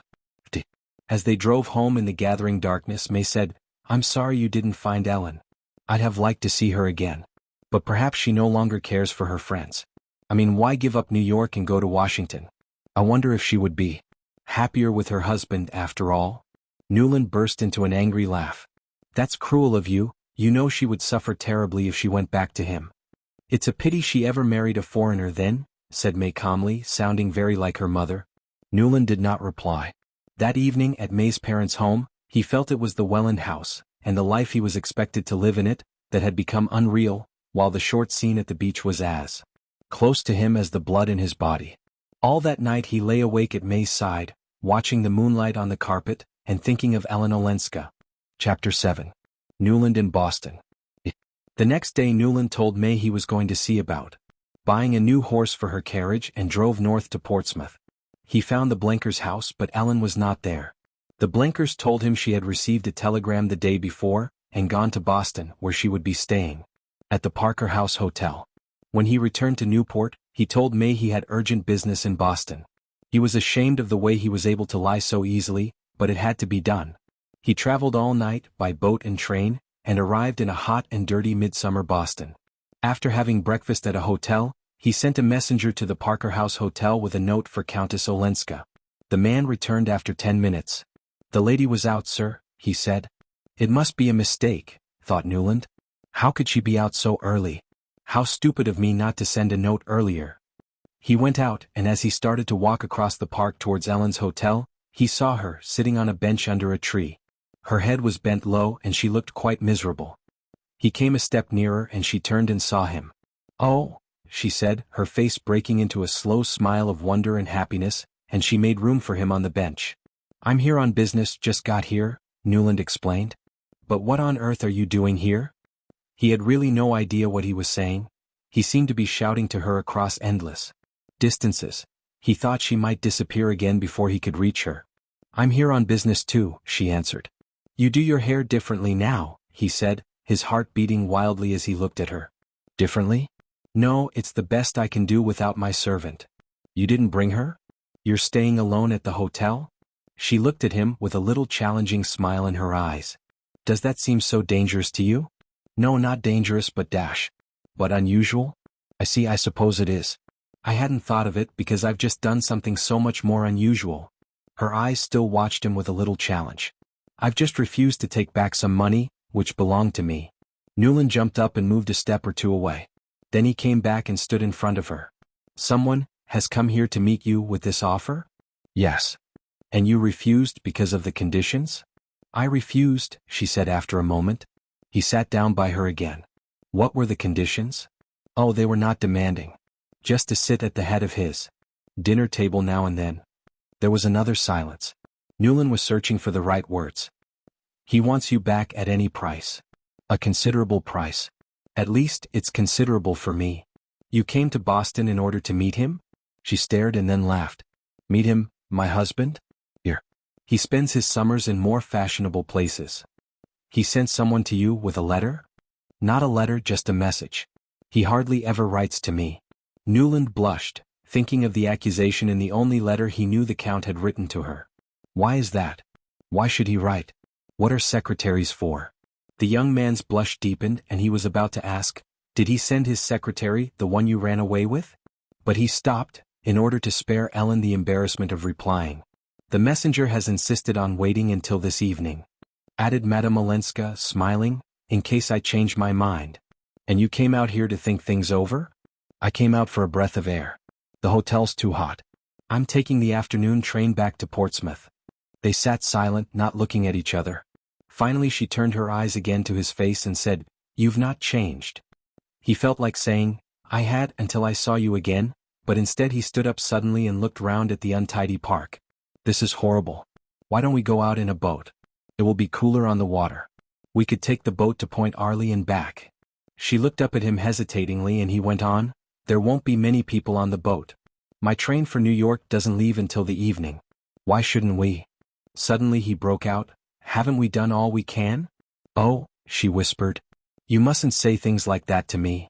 I'll say anything you like or nothing. What harm can it do? To anybody? All I want is to listen to you." She took a little gold watch from her pocket. "Oh, don't think about time," he cried. "Give me the day. Come now at once. It's 100 years since we last met, it may be another 100 before we meet again." Her anxious eyes were on his face. "Why didn't you come down to the beach to fetch me, the day I was at grandmother's?" "Because you didn't look round. I wanted you to look round." He laughed at the childishness of his behavior. "But I deliberately didn't look round. I knew it was you. I recognized your carriage when you drove up to the house. So I went down to the beach."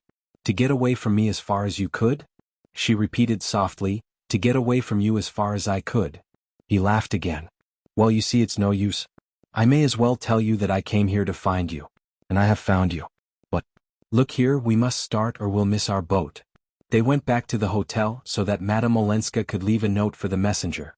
While Newland waited for her, he watched the stream of people passing in and out of the hotel. They all looked so like each other, he thought. And then suddenly came a face which was different from the rest. The face of a young man, pale with heat or worry or both. Probably a foreign businessman, thought Newland, and then forgot about him. When she came out, they took a taxi to the harbor, and were soon on a boat moving smoothly out into the open sea. As they left the city behind them, it seemed to Newland they were leaving their old familiar war ID behind as well. Were they starting on some voyage from which they might never return? He was afraid to ask Madame Olenska if she felt the same. She trusted him to remain calm and not speak of his feelings. There had been days and nights when the memory of their kiss had burned on his lips, and the thought of her had run through him like fire. But now that she was beside him, they seemed to have reached the kind of deeper nearness that a touch or a word might destroy. When they arrived at Point Arley, the hotel dining room was full of a noisy party of school teachers on holiday, so Newland asked for a private room with a view over the sea. There he and Madame Olenska sat down to their lunch, like two old friends who had so much to say to each other. They talked of all that had happened in the year and a half since they had met. They talked of ideas and social changes, the narrow minds of New Yorkers, and the reasons why she had decided to move to Washington. "There are more varieties of people and of opinion there," she said. "Our New York friends seem to follow blindly the old ideas from England. But it seems stupid to have discovered America only to make it into a copy of another country." "Ah, it's what I've always told you," said Newland sadly. "You don't like us. We're dull. We've no character, no color. I wonder," he broke out, "why you don't go back to him." Her eyes darkened and he expected an angry reply. But she sat in silent thought, and he grew frightened that she might answer that she wondered too. At last she said, "I believe it's because of you." Newland reddened but dared not move or speak. "At least," she continued, "it was you who made me understand that under the dullness there are things so fine and sensitive that even those I most cared for in my other life look cheap by comparison. For a long time I've hoped this chance would come, so that I could tell you how you've helped me, what you've made of me." Newland broke in with a laugh. "And what do you think you've made of me? I'm the man who married one woman because another woman told him to. I thought you promised not to say such things." "Ah, how like a woman. None of you will accept a bad situation, or do anything about it." "Is it a bad situation for May?" she asked in a low voice. "Because that's what we've always got to think of, isn't it? That's what you've shown me." "I've shown you?" he echoed, looking blindly out at the sea. "If it's not worthwhile," she said painfully, "to have given up our wishes, to save other people from misery, then everything I came home for, everything you've taught me, everything that makes my other life look so poor because no one there bothers about it, all these things are a pretense or a dream. And if it's not worthwhile," he finished for her, "there's no reason on earth why you shouldn't go back?" Her eyes stared desperately into his. "Oh, is there no reason?" "Not if you were hoping for the success of my marriage," he said fiercely. "My marriage is certainly not worth staying for." "Well, what do you expect? You let me see a real life just for a moment and at the same time asked me to go on with a false one.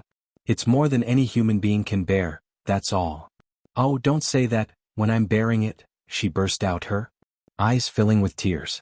Newland sat dumbly staring at her. "You too? Oh, all this time you too?" She did not answer but let the tears run down her face. He was thinking with a strange sort of happiness, "Now I shall never again feel completely alone." But after a moment he was in despair again. There they were, close together, yet so tied to their separate lives that they might as well be half a world apart. "What's the use when you will go back?" he cried out. She sat without moving. "Oh, I won't go yet."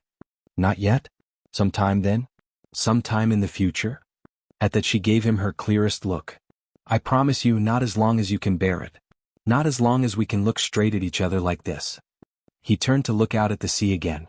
What her answer really said was, "If you lift a finger, you'll drive me back to all the horrors you know of, and all the temptations you half guess." The thought kept him to his side of the table, safely away from her.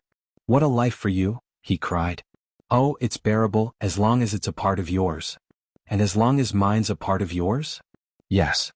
"And that's to be all for either of us?" "Well, it is all, isn't it?" At that he jumped up, forgetting everything but the sweetness of her face. She stood up too and their hands met.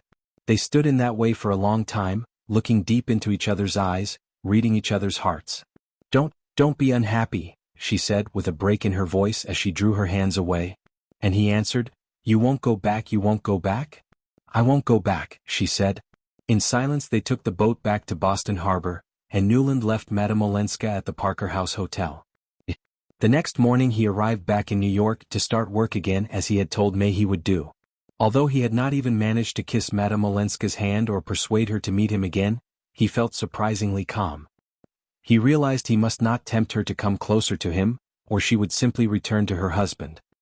He was determined to wait and trust her to decide when they could meet again. On the way to his office he recognized the young man that he had seen coming out of the Parker House Hotel. The man recognized him at the same moment, and came over to shake his hand. "Surely, monsieur, we met at the Carfry's?" said the foreigner. "Ah yes, Monsieur Riviere," said Newland. "What are you doing in New York? Come and have lunch with me." The young Frenchman thanked him, but asked if he could instead call on Newland at his office that afternoon. They agreed a time and Newland gave him directions. When Monsieur Riviere arrived he looked pale and serious. He explained that he had been sent to Boston with a message from his employer for the Countess Olenska. The blood rushed to Newland's face. "In other words, you are Count Olenski's messenger?" "That is true, but this is my own message I am bringing you. You may not know, monsieur, that Madame Olenska's family are trying to persuade her to return to her husband." "Good God!" cried Newland. He sat in silent shock, realizing he had been cut out of the family's discussions. Somehow they must know he was no longer on their side. He remembered May saying recently that Ellen might be happier with her husband, and his angry reply. May had not spoken Ellen's name since then. He stared at the Frenchman. "I didn't know," he said. "Exactly, monsieur. And I beg you don't let her go back." The Frenchman spoke with desperate sincerity. "May I ask if you advised the Countess not to go back?" The Frenchman reddened. "No, monsieur, I gave her the Count's message as I had been ordered to do. But after talking to her, I realized that she has changed. Monsieur, her life with him now would be unbearable. I worked for the Count for many years, and returned to his employment only recently, but I promise you, I shall never work for him again." "Thank you," said Newland simply. Both men were very moved. They shook hands and Monsieur Riviere left the office. Chapter 8. The Beaufort Scandal. In November of that same year, Mrs. Archer gave a dinner party. Janie, Newland and May were there, with Sillerton Jackson and his sister Sophie. Their first subject of conversation was Julius Beaufort's financial situation. His business was failing rapidly, and what was worse, it appeared that he had taken unlawful steps to try to solve his problems. "Poor cousin Regina," said Mrs. Archer sadly. No one really liked Beaufort, and it was almost a pleasure to think the worst of his private life, but the idea of his bringing dishonor on his wife's family was too shocking for even his enemies to enjoy. Nothing could save Regina Beaufort from social ruin, if there were any truth in the reports of her husband's misbehavior. The talk then turned to Mrs. Struthers' musical evenings, which by now had become acceptable to much of New York society, though not yet to Mrs. Archer. Shaking her head, this lady said to May, "You know, dear, I've never quite forgiven your cousin Ellen for being the first to attend her Sunday evenings." May blushed and said quietly, "Oh, Ellen, well, what can you expect? She's lived abroad, and she doesn't care about society. In fact, I'm not sure what she does care about." Everyone knew that Countess Olenska's family disapproved very strongly of her refusal to return to her husband. After all, a young woman's place was under her husband's roof, especially if she had left it in a way that, well, if one looked into it. Soon the ladies left the gentlemen alone with their cigars, and Sillerton Jackson said to Newland, "If Beaufort is ruined, there'll be some unpleasant discoveries. He hasn't spent all his money on Regina, you know." Newland was not paying attention. He was wondering why May had blushed at the mention of Ellen's name. It was 4 months since the midsummer day he had spent with Ellen in Boston. He had not seen her since, and she had become the center of his secret thoughts and hopes. He had written to her once, asking when they were to meet again, and she had replied with 2 words, "Not yet." He became aware that Mr. Jackson was speaking again. "It's certainly a pity that Madame Olenska refused to accept her husband's latest offer." "A pity? In God's name, why?" "Well, what's she going to live on if Beaufort dash?" Newland jumped up and banged his hand down angrily on the table. "What do you mean by that, sir? Explain yourself." Mr. Jackson spoke calmly, but his sharp little eyes were watching Newland's face with interest. "Well, my dear boy, old Mrs. Ming tells me the Countess is no longer given much of an income by the family. And the few savings Medora Manson has left are all in Beaufort's hands, so if it comes to a crash, she'll lose everything. So what the 2 women will live on then, I can't imagine." Newland, aware that in his anger he might say something unwise, changed the subject, and took Mr. Jackson up to join the ladies in the sitting room. That evening, when they were at home in their sitting room, he watched May bending over a lamp to light it. "How young she is," he thought, and then with a kind of horror, "how young we both are." For what endless years this life will have to go on. Look here, he said, I may have to go to Washington next week on business. There's an important court case coming up. She thought for a moment and then smiled at him. The change will do you good, she said, and you must see Ellen. She looked him straight in the eyes with her cloudless smile. Those were the only words that passed between them on the subject, but in the unspoken language which they had both been trained to use, that meant, I support my family's efforts to persuade Ellen to return to her husband. For some reason you have chosen not to tell me, you have advised her against this, and because of your advice, there is a great deal of unpleasant talk about her behavior. I know you intend to see Ellen when you're in Washington, perhaps you're even going there in order to see her. I am giving you my full permission to see her. I want you to let her know what will happen if she continues to go against her family's wishes. She moved towards the door. I am going to bed, dear, she said. At the door she turned and paused for his kiss. The crash came a few days later. With false confidence, Beaufort had persuaded a large number of people that his bank was safe, and money had poured in. But it had not been enough to pay his enormous debts, and he was ruined. So, too, were many of the people who had trusted him, and ugly things were being said of his wicked behavior. It was one of the worst financial scandals in the history of Wall Street. While Mr. Letterblair was telling Newland the details of the disaster, a note was delivered to the young man. It said, Please come to grandmother's house as soon as possible. She has had a stroke. Somehow she heard this awful news about the bank before anyone else. Uncle Lovell is away shooting, and the idea of the dishonor has made poor Father ill, so he can't leave his room. Mother and I need you very badly. At Mrs. Mingott's house Newland found his wife and her mother looking pale and worried. The doctor, however, was quite hopeful, and the old lady's determination to get well soon began to have an effect on her relations. It appeared that on the previous evening Regina Beaufort had come to visit Mrs. Mingott, and begged her aunt to support her and her husband in their desperate situation. This request had made Mrs. Mingott extremely angry. When she was able to speak again, she told her daughter Mrs. Welland what had been said. I said to Regina, Honor's always been honor, and honesty's always been honesty in this house, and will be until I'm carried out of it feet first. And when she said, But I'm your niece, I said, You were Beaufort's wife when he covered you with jewels, and you'll have to stay Beaufort's wife now that he's covered you with dirt. Anger had probably caused Mrs. Mingott's stroke, and Mrs. Welland and May were horrified at Regina's behavior. Everyone knew that a wife should not ask her family to cover up her husband's financial dishonor. A wife simply had to accept the rough as well as the smooth, the bad times as well as the good. As they sat discussing it all, a servant called Mrs. Welland into Mrs. Mingott's room. She came out again a few minutes later looking annoyed. She wants me to send a telegram to Ellen. Zero Lenska. She wants her here at once, she said. There was a moment's silence.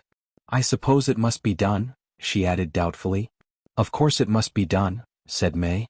We must carry out grandmother's wishes. She turned to Newland with a smile.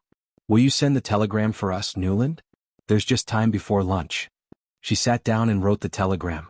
As she handed it to him she said, smiling, What a pity. This means you will miss Ellen.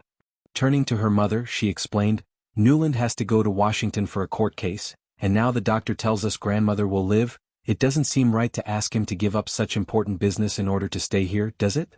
Mrs. Welland replied quickly, Of course not, dearest. Your grandmother would be the last person to wish it. As Newland left the room with the telegram, he heard his mother-in-law add, But why does she want Ellen here? And May's clear voice reply, Perhaps to explain to her again that her duty is with her husband. That afternoon the announcement of the Beaufort failure was in all the newspapers. The whole of New York was darkened by the story of Beaufort's dishonor. He had not only lied to people about the safety of their savings, but his bank had continued to take in money for 24 hours after its failure was certain.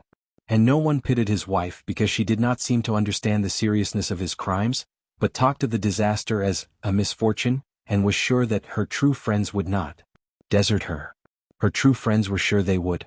Old Mrs. Mingott continued to get better, and gave orders that no one should ever mention the name of Beaufort to her again.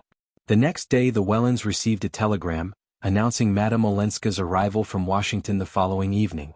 This started a long discussion at the Wellands, where Newland and May were having lunch, about who could meet Ellen at Jersey City railway station. Mr. and Mrs. Welland were visiting Mrs. Mingott that afternoon, the Lovell Mingotts were busy, and May could not be asked to travel so far alone. Newland, becoming aware of their discussion, said, Shall I fetch her? I can easily get away from the office and I can take May's carriage. His heart was beating excitedly as he spoke. "Oh, thank you so much, Newland," said Mrs. Welland gratefully, and May smiled at him, pleased. May's carriage was waiting outside, for her to drive Newland back to the office after lunch. As they got in and sat down, she said, "I didn't want to worry Mother, but how can you meet Ellen tomorrow when you're going to Washington?" "Oh, I'm not going," said Newland. "Not going? Why, what's happened?" Her voice was as clear as a bell and full of wifely concern. "The case has been put off for a few weeks." "Put off? How odd. I heard from Mother that Mr. Letter Blair is going to Washington tomorrow, to defend a case." "Well, that's it. The whole office can't go." "Then it hasn't been put off?" she continued, with an insistence so unusual that he blushed for her. "No, but my going has been," he answered. It did not hurt him half as much to tell May a lie, as to see her trying to pretend she had not discovered it. "I'm not going until later on, luckily for the convenience of your family," he said.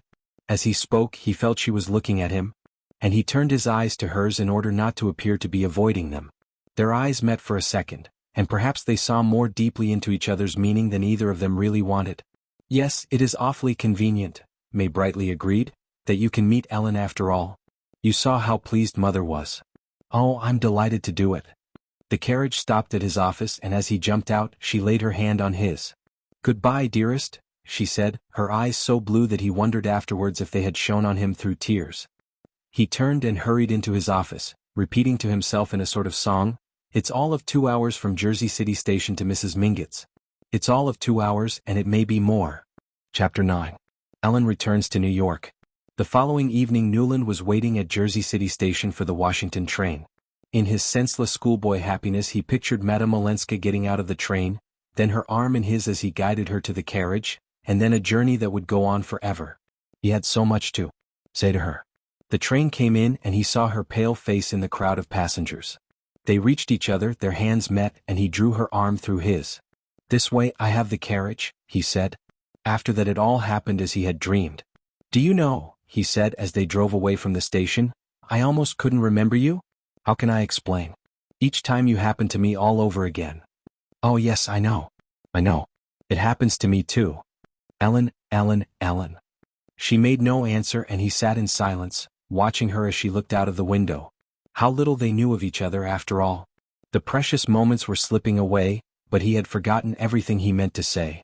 "What a pretty carriage," she said, suddenly turning her face from the window. "Is it May's? She sent you to fetch me then? How kind of her." Her mentioning May's name made him angry, so he burst out, "Your husband's secretary came to see me, you know." "I'm not surprised. He'd met you in England, hadn't he?" "Ellen, I must ask you one thing. Was it Riviere who helped you to get away, when you left your husband?" "Yes. I owe him a great debt," she replied calmly. "I think you're the most honest woman I ever met." "Oh no, but probably one of the least difficult." "Well, you've had to look at things as they are." "Yes, I've had to look at wickedness, it's true. It hasn't blinded you. It doesn't blind one, but it dries up one's tears." The answer seemed to come from depths of exponence beyond Newland's reach. "If you're not blind then you must see this can't last," he said. "Our being together, and not together. No. You shouldn't have come today," and suddenly she turned, threw her arms around him and pressed her lips to his. In a moment she drew away, and they sat silent and unmoving, until Newland started speaking hurriedly. "Don't be afraid of me. A stolen kiss isn't what I want. Look, I'm not even trying to touch your sleeve.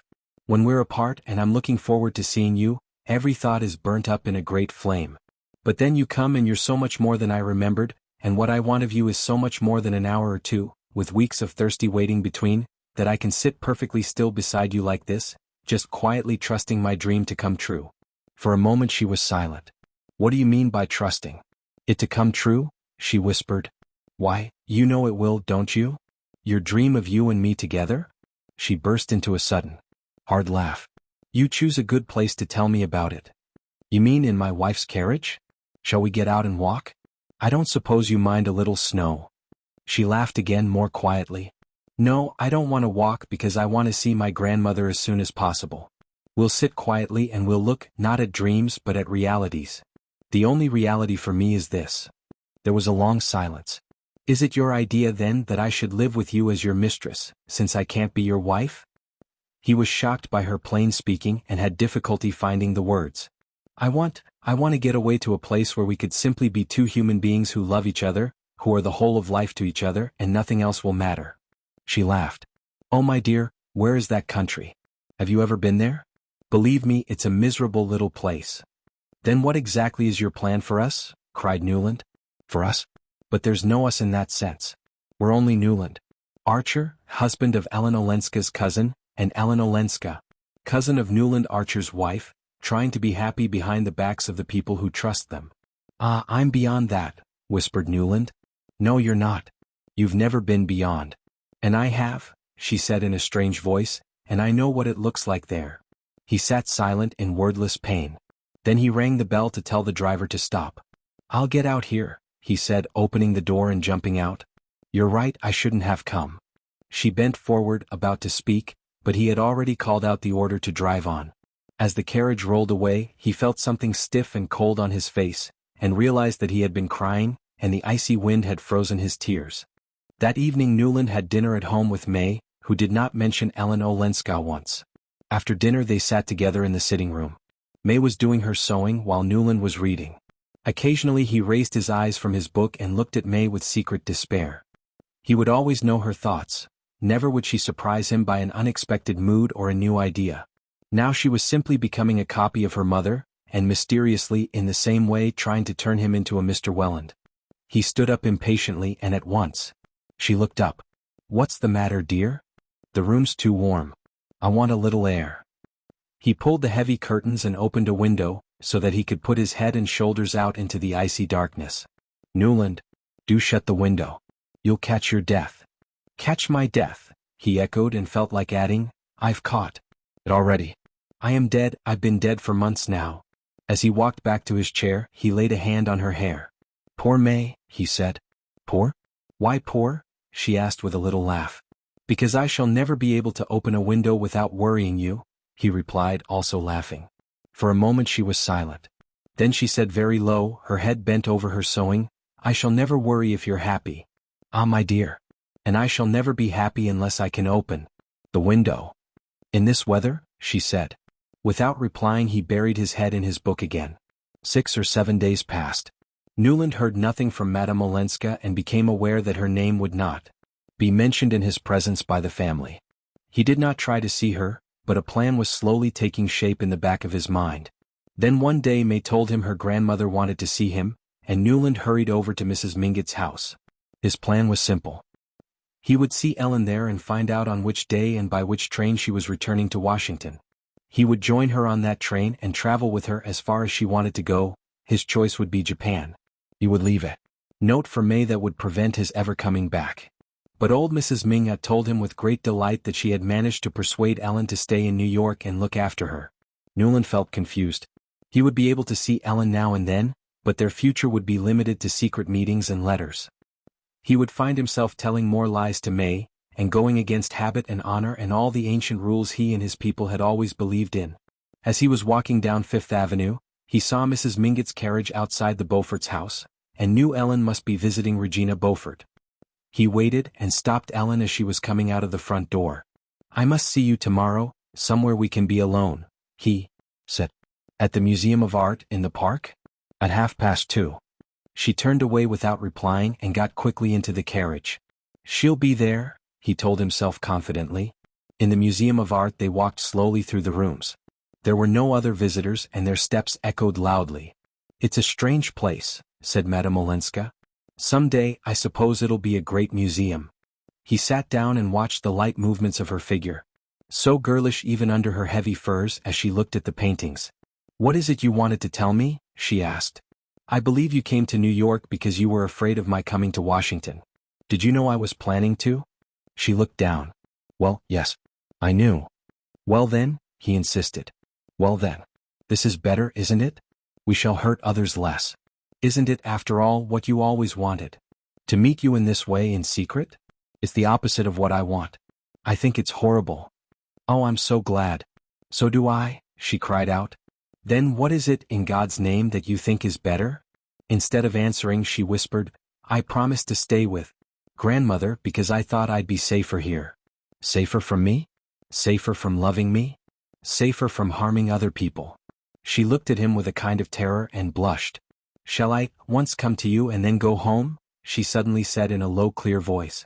"Dearest," said Newland, the blood rushing to his forehead. "But what do you mean by going home?" "Home to my husband. And you expect me to say yes to that? What else is there? I can't stay here and lie to the people who've been good to me. I can't go away with you and destroy their lives, when they've helped me to remake mine." She turned away. "I must go," she said. He followed and caught her hand. "Well then, come to me once," he said, unable to bear the thought of losing her. "When?" he insisted. "Tomorrow?" She hesitated. "The day after." "Dearest," he said again. For a moment they continued to look into each other's eyes, and he saw that her face, even paler now, was flooded with a deep inner happiness. Then she walked hurriedly away, turning in the doorway to wave goodbye. The next evening Newland and May went to the opera, as guests of the van der Luddens. The Swedish singer Christine Nielsen was singing in Faust, just as she had done 2 years before, when Newland had first seen Ellen in her grandmother's box. Tonight Newland had moved to sit with some of his men friends, and from here he had a good view of his wife as she sat in the van der Luddens box. "How innocent and trusting she looks," he thought. He remembered how nobly she had once offered to give him up, and suddenly he decided to tell her the truth, to throw himself on her generosity, and ask for the freedom he had once refused. He got up and walked round the theater, slipping into the back of the van der Luddens box. "I've got a bad headache," he whispered to May. "Will you come home with me?" May said a few words to her mother and Mrs. van der Ludden, and soon she and Newland were driving home. They went into their sitting room together. "Hadn't you better go to bed at once?" she asked anxiously. "My head's not as bad as that," Newland replied. "There's something important I want to say to you, about myself." She sat silent, looking extremely pale but calm. "Madame Olenska dash," he said, but his wife raised her hand to stop him. The gaslight shone on her gold wedding ring. "Oh, why should we talk about Ellen tonight? Is it really worthwhile, dear? You've understood her, no doubt, better than we all did. You've always been kind to her. But what does it matter now it's all over?" "All over, what do you mean?" "Why, she's going back to Europe. Grandmother agrees, and has arranged to make her independent of her husband." Newland turned away and covered his face. May sat without moving or speaking. At last he turned back to her. "It's impossible," he said. "How do you know that?" "I saw Ellen yesterday at grandmother's. And I had a note from her this afternoon. Do you want to see it?" He could not find his voice. She handed him a short letter, which Newland took with a trembling hand and read. It said, "My dear J, I have at last made grandmother see that if I return to Europe J, I must live by myself. She has been as kind and generous as ever. I am going back to Washington to pack J, and I sail from New York next week J with poor Aunt Medora. If any of my friends want to try to change my mind J, please tell them it would be useless. Ellen." Newland burst out laughing wildly. "Why did she write this?" he asked. May looked at him with her clear blue eyes. "I suppose because we talked things over yesterday. I told her I understood how hard it had been for her here. I knew you'd been the one friend she had always felt sure of, and I wanted her to know that you and I were the same in all our feelings." She added slowly, "She understood my wishing to tell her this. I think she understands everything." She went up to Newland and taking one of his cold hands, pressed it quickly to her face. "My head aches too. Good night, dear," she said and turned to the door. It was, as Mrs. Archer smilingly said to Mrs. Welland, a great event for a young couple to give their first big dinner. It had been May's idea to give a dinner for Ellen, the evening before she sailed for Europe. Now, as Newland looked round at the familiar faces at his table, May, the van der Luddens, Lawrence Lefferts, Sillerton and Sophie Jackson, the Lovell Mingotts and Ellen, he began to realize that New York society almost certainly thought he and Ellen were lovers, but they were pretending his was a wonderfully happy marriage. And now that Ellen was leaving, it was easy for them all to pretend that they admired and respected her.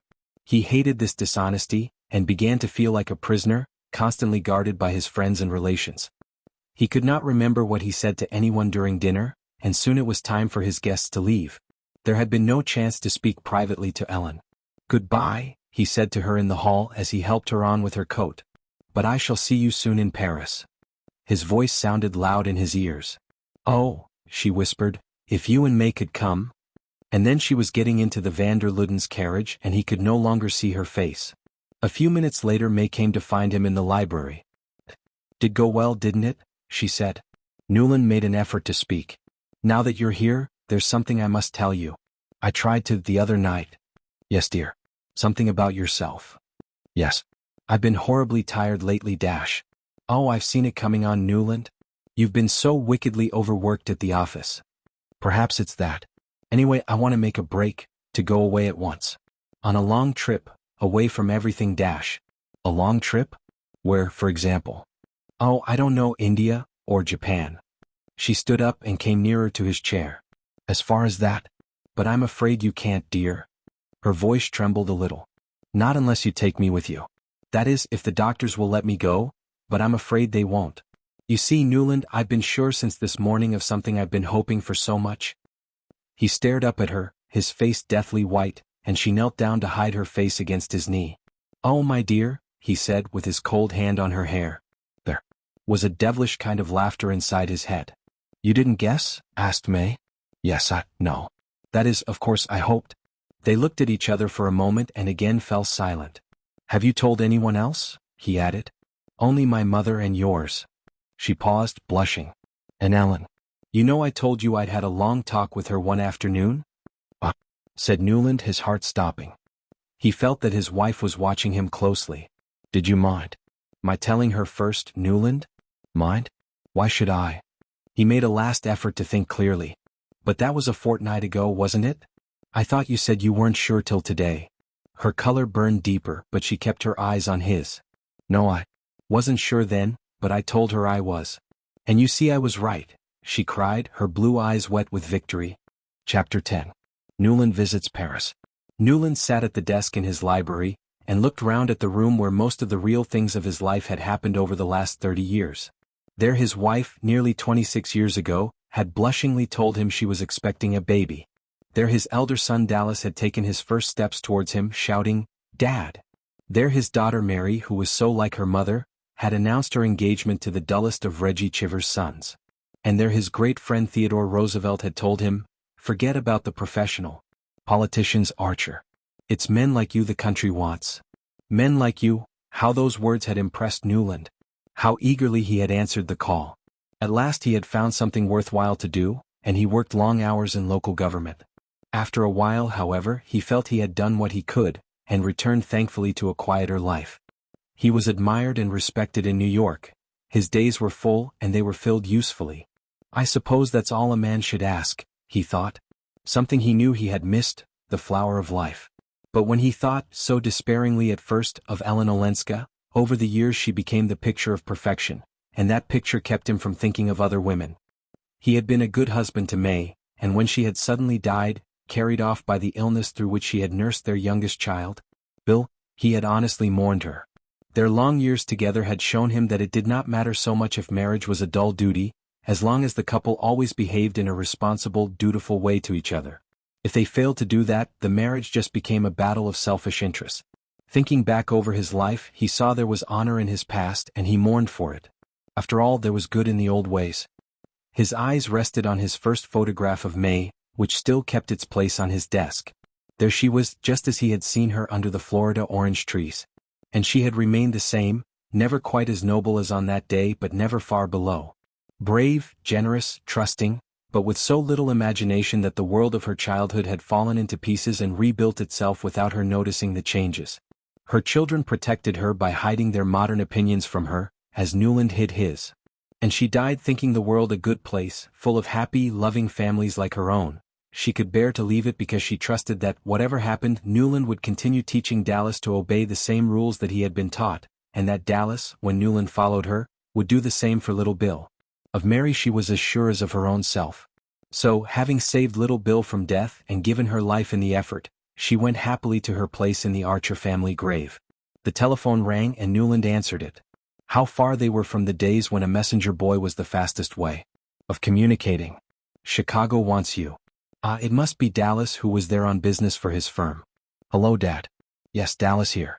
I say, how do you feel about sailing to France on Wednesday on the Mauretania? I've got to be back in early June for my wedding. The voice broke into a laugh. So we must hurry. I say, Dad, do come. Think it over? No, sir, not for a minute. If you can find a single reason why not. No, I knew you couldn't. Oh, good. I knew you'd agree. It would be their last trip together, because in June Dallas was marrying Fanny Beaufort. She was Julius Beaufort's daughter by his second wife, Fanny Ring, the mistress he had married after poor Regina died. It was tempting for Newland to take this last chance of being alone with his firstborn son. In France, he had not been there since his honeymoon. May had disliked traveling and preferred the conversation of friends and family to that of foreigners. Since her death, nearly 2 years before, there had been no reason for Newland to continue in the same routine. But the worst of doing his duty was that it had made him unable to do anything else. There are moments, however, when a man's imagination suddenly rises above its daily level, and looks down over all the crossroads and turning points in the long road of life. Newland hung there and wondered. Looking out of his hotel window at the streets of Paris in the spring sunshine, he felt his heart beating with a young man's confusion and eagerness.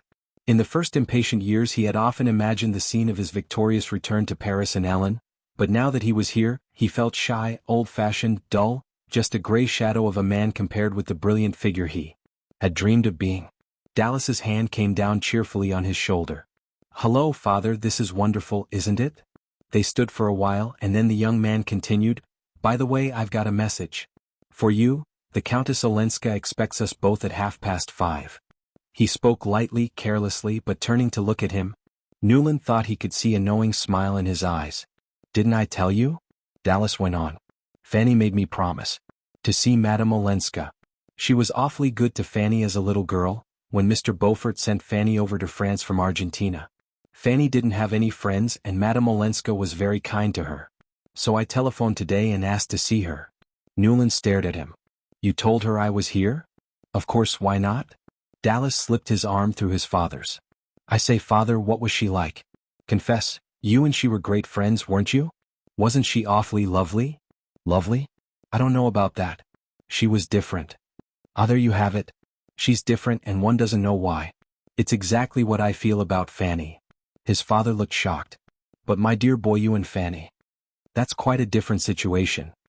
"Oh, Dad, don't be so old-fashioned. Wasn't she once your Fanny? I mean, the woman you'd have given up everything for, but you didn't." "I didn't?" echoed Newland, frowning. "No, dear old boy, you didn't. But Mother said she sent for me the day before she died, you remember? She said she knew we were safe with you and always would be because once, when she'd asked you to, you'd given up the thing you most wanted." Newland received this strange communication in silence. At last he said in a low voice, "She never asked me." "No, you never did ask each other anything, did you? You just sat and watched each other and guessed at what was going on underneath. But I think you older people knew more about each other's private thoughts than we ever have time to find out about our own." It seemed to take an iron hand from Newland's heart to know that his wife had, after all, guessed and pitted. For a long time he looked out of the window while the stream of life rolled by. "I'm only 57, he found himself thinking. Summer dreams were past, but surely it was not too late for a quiet autumn of friendship, with Ellen as his companion.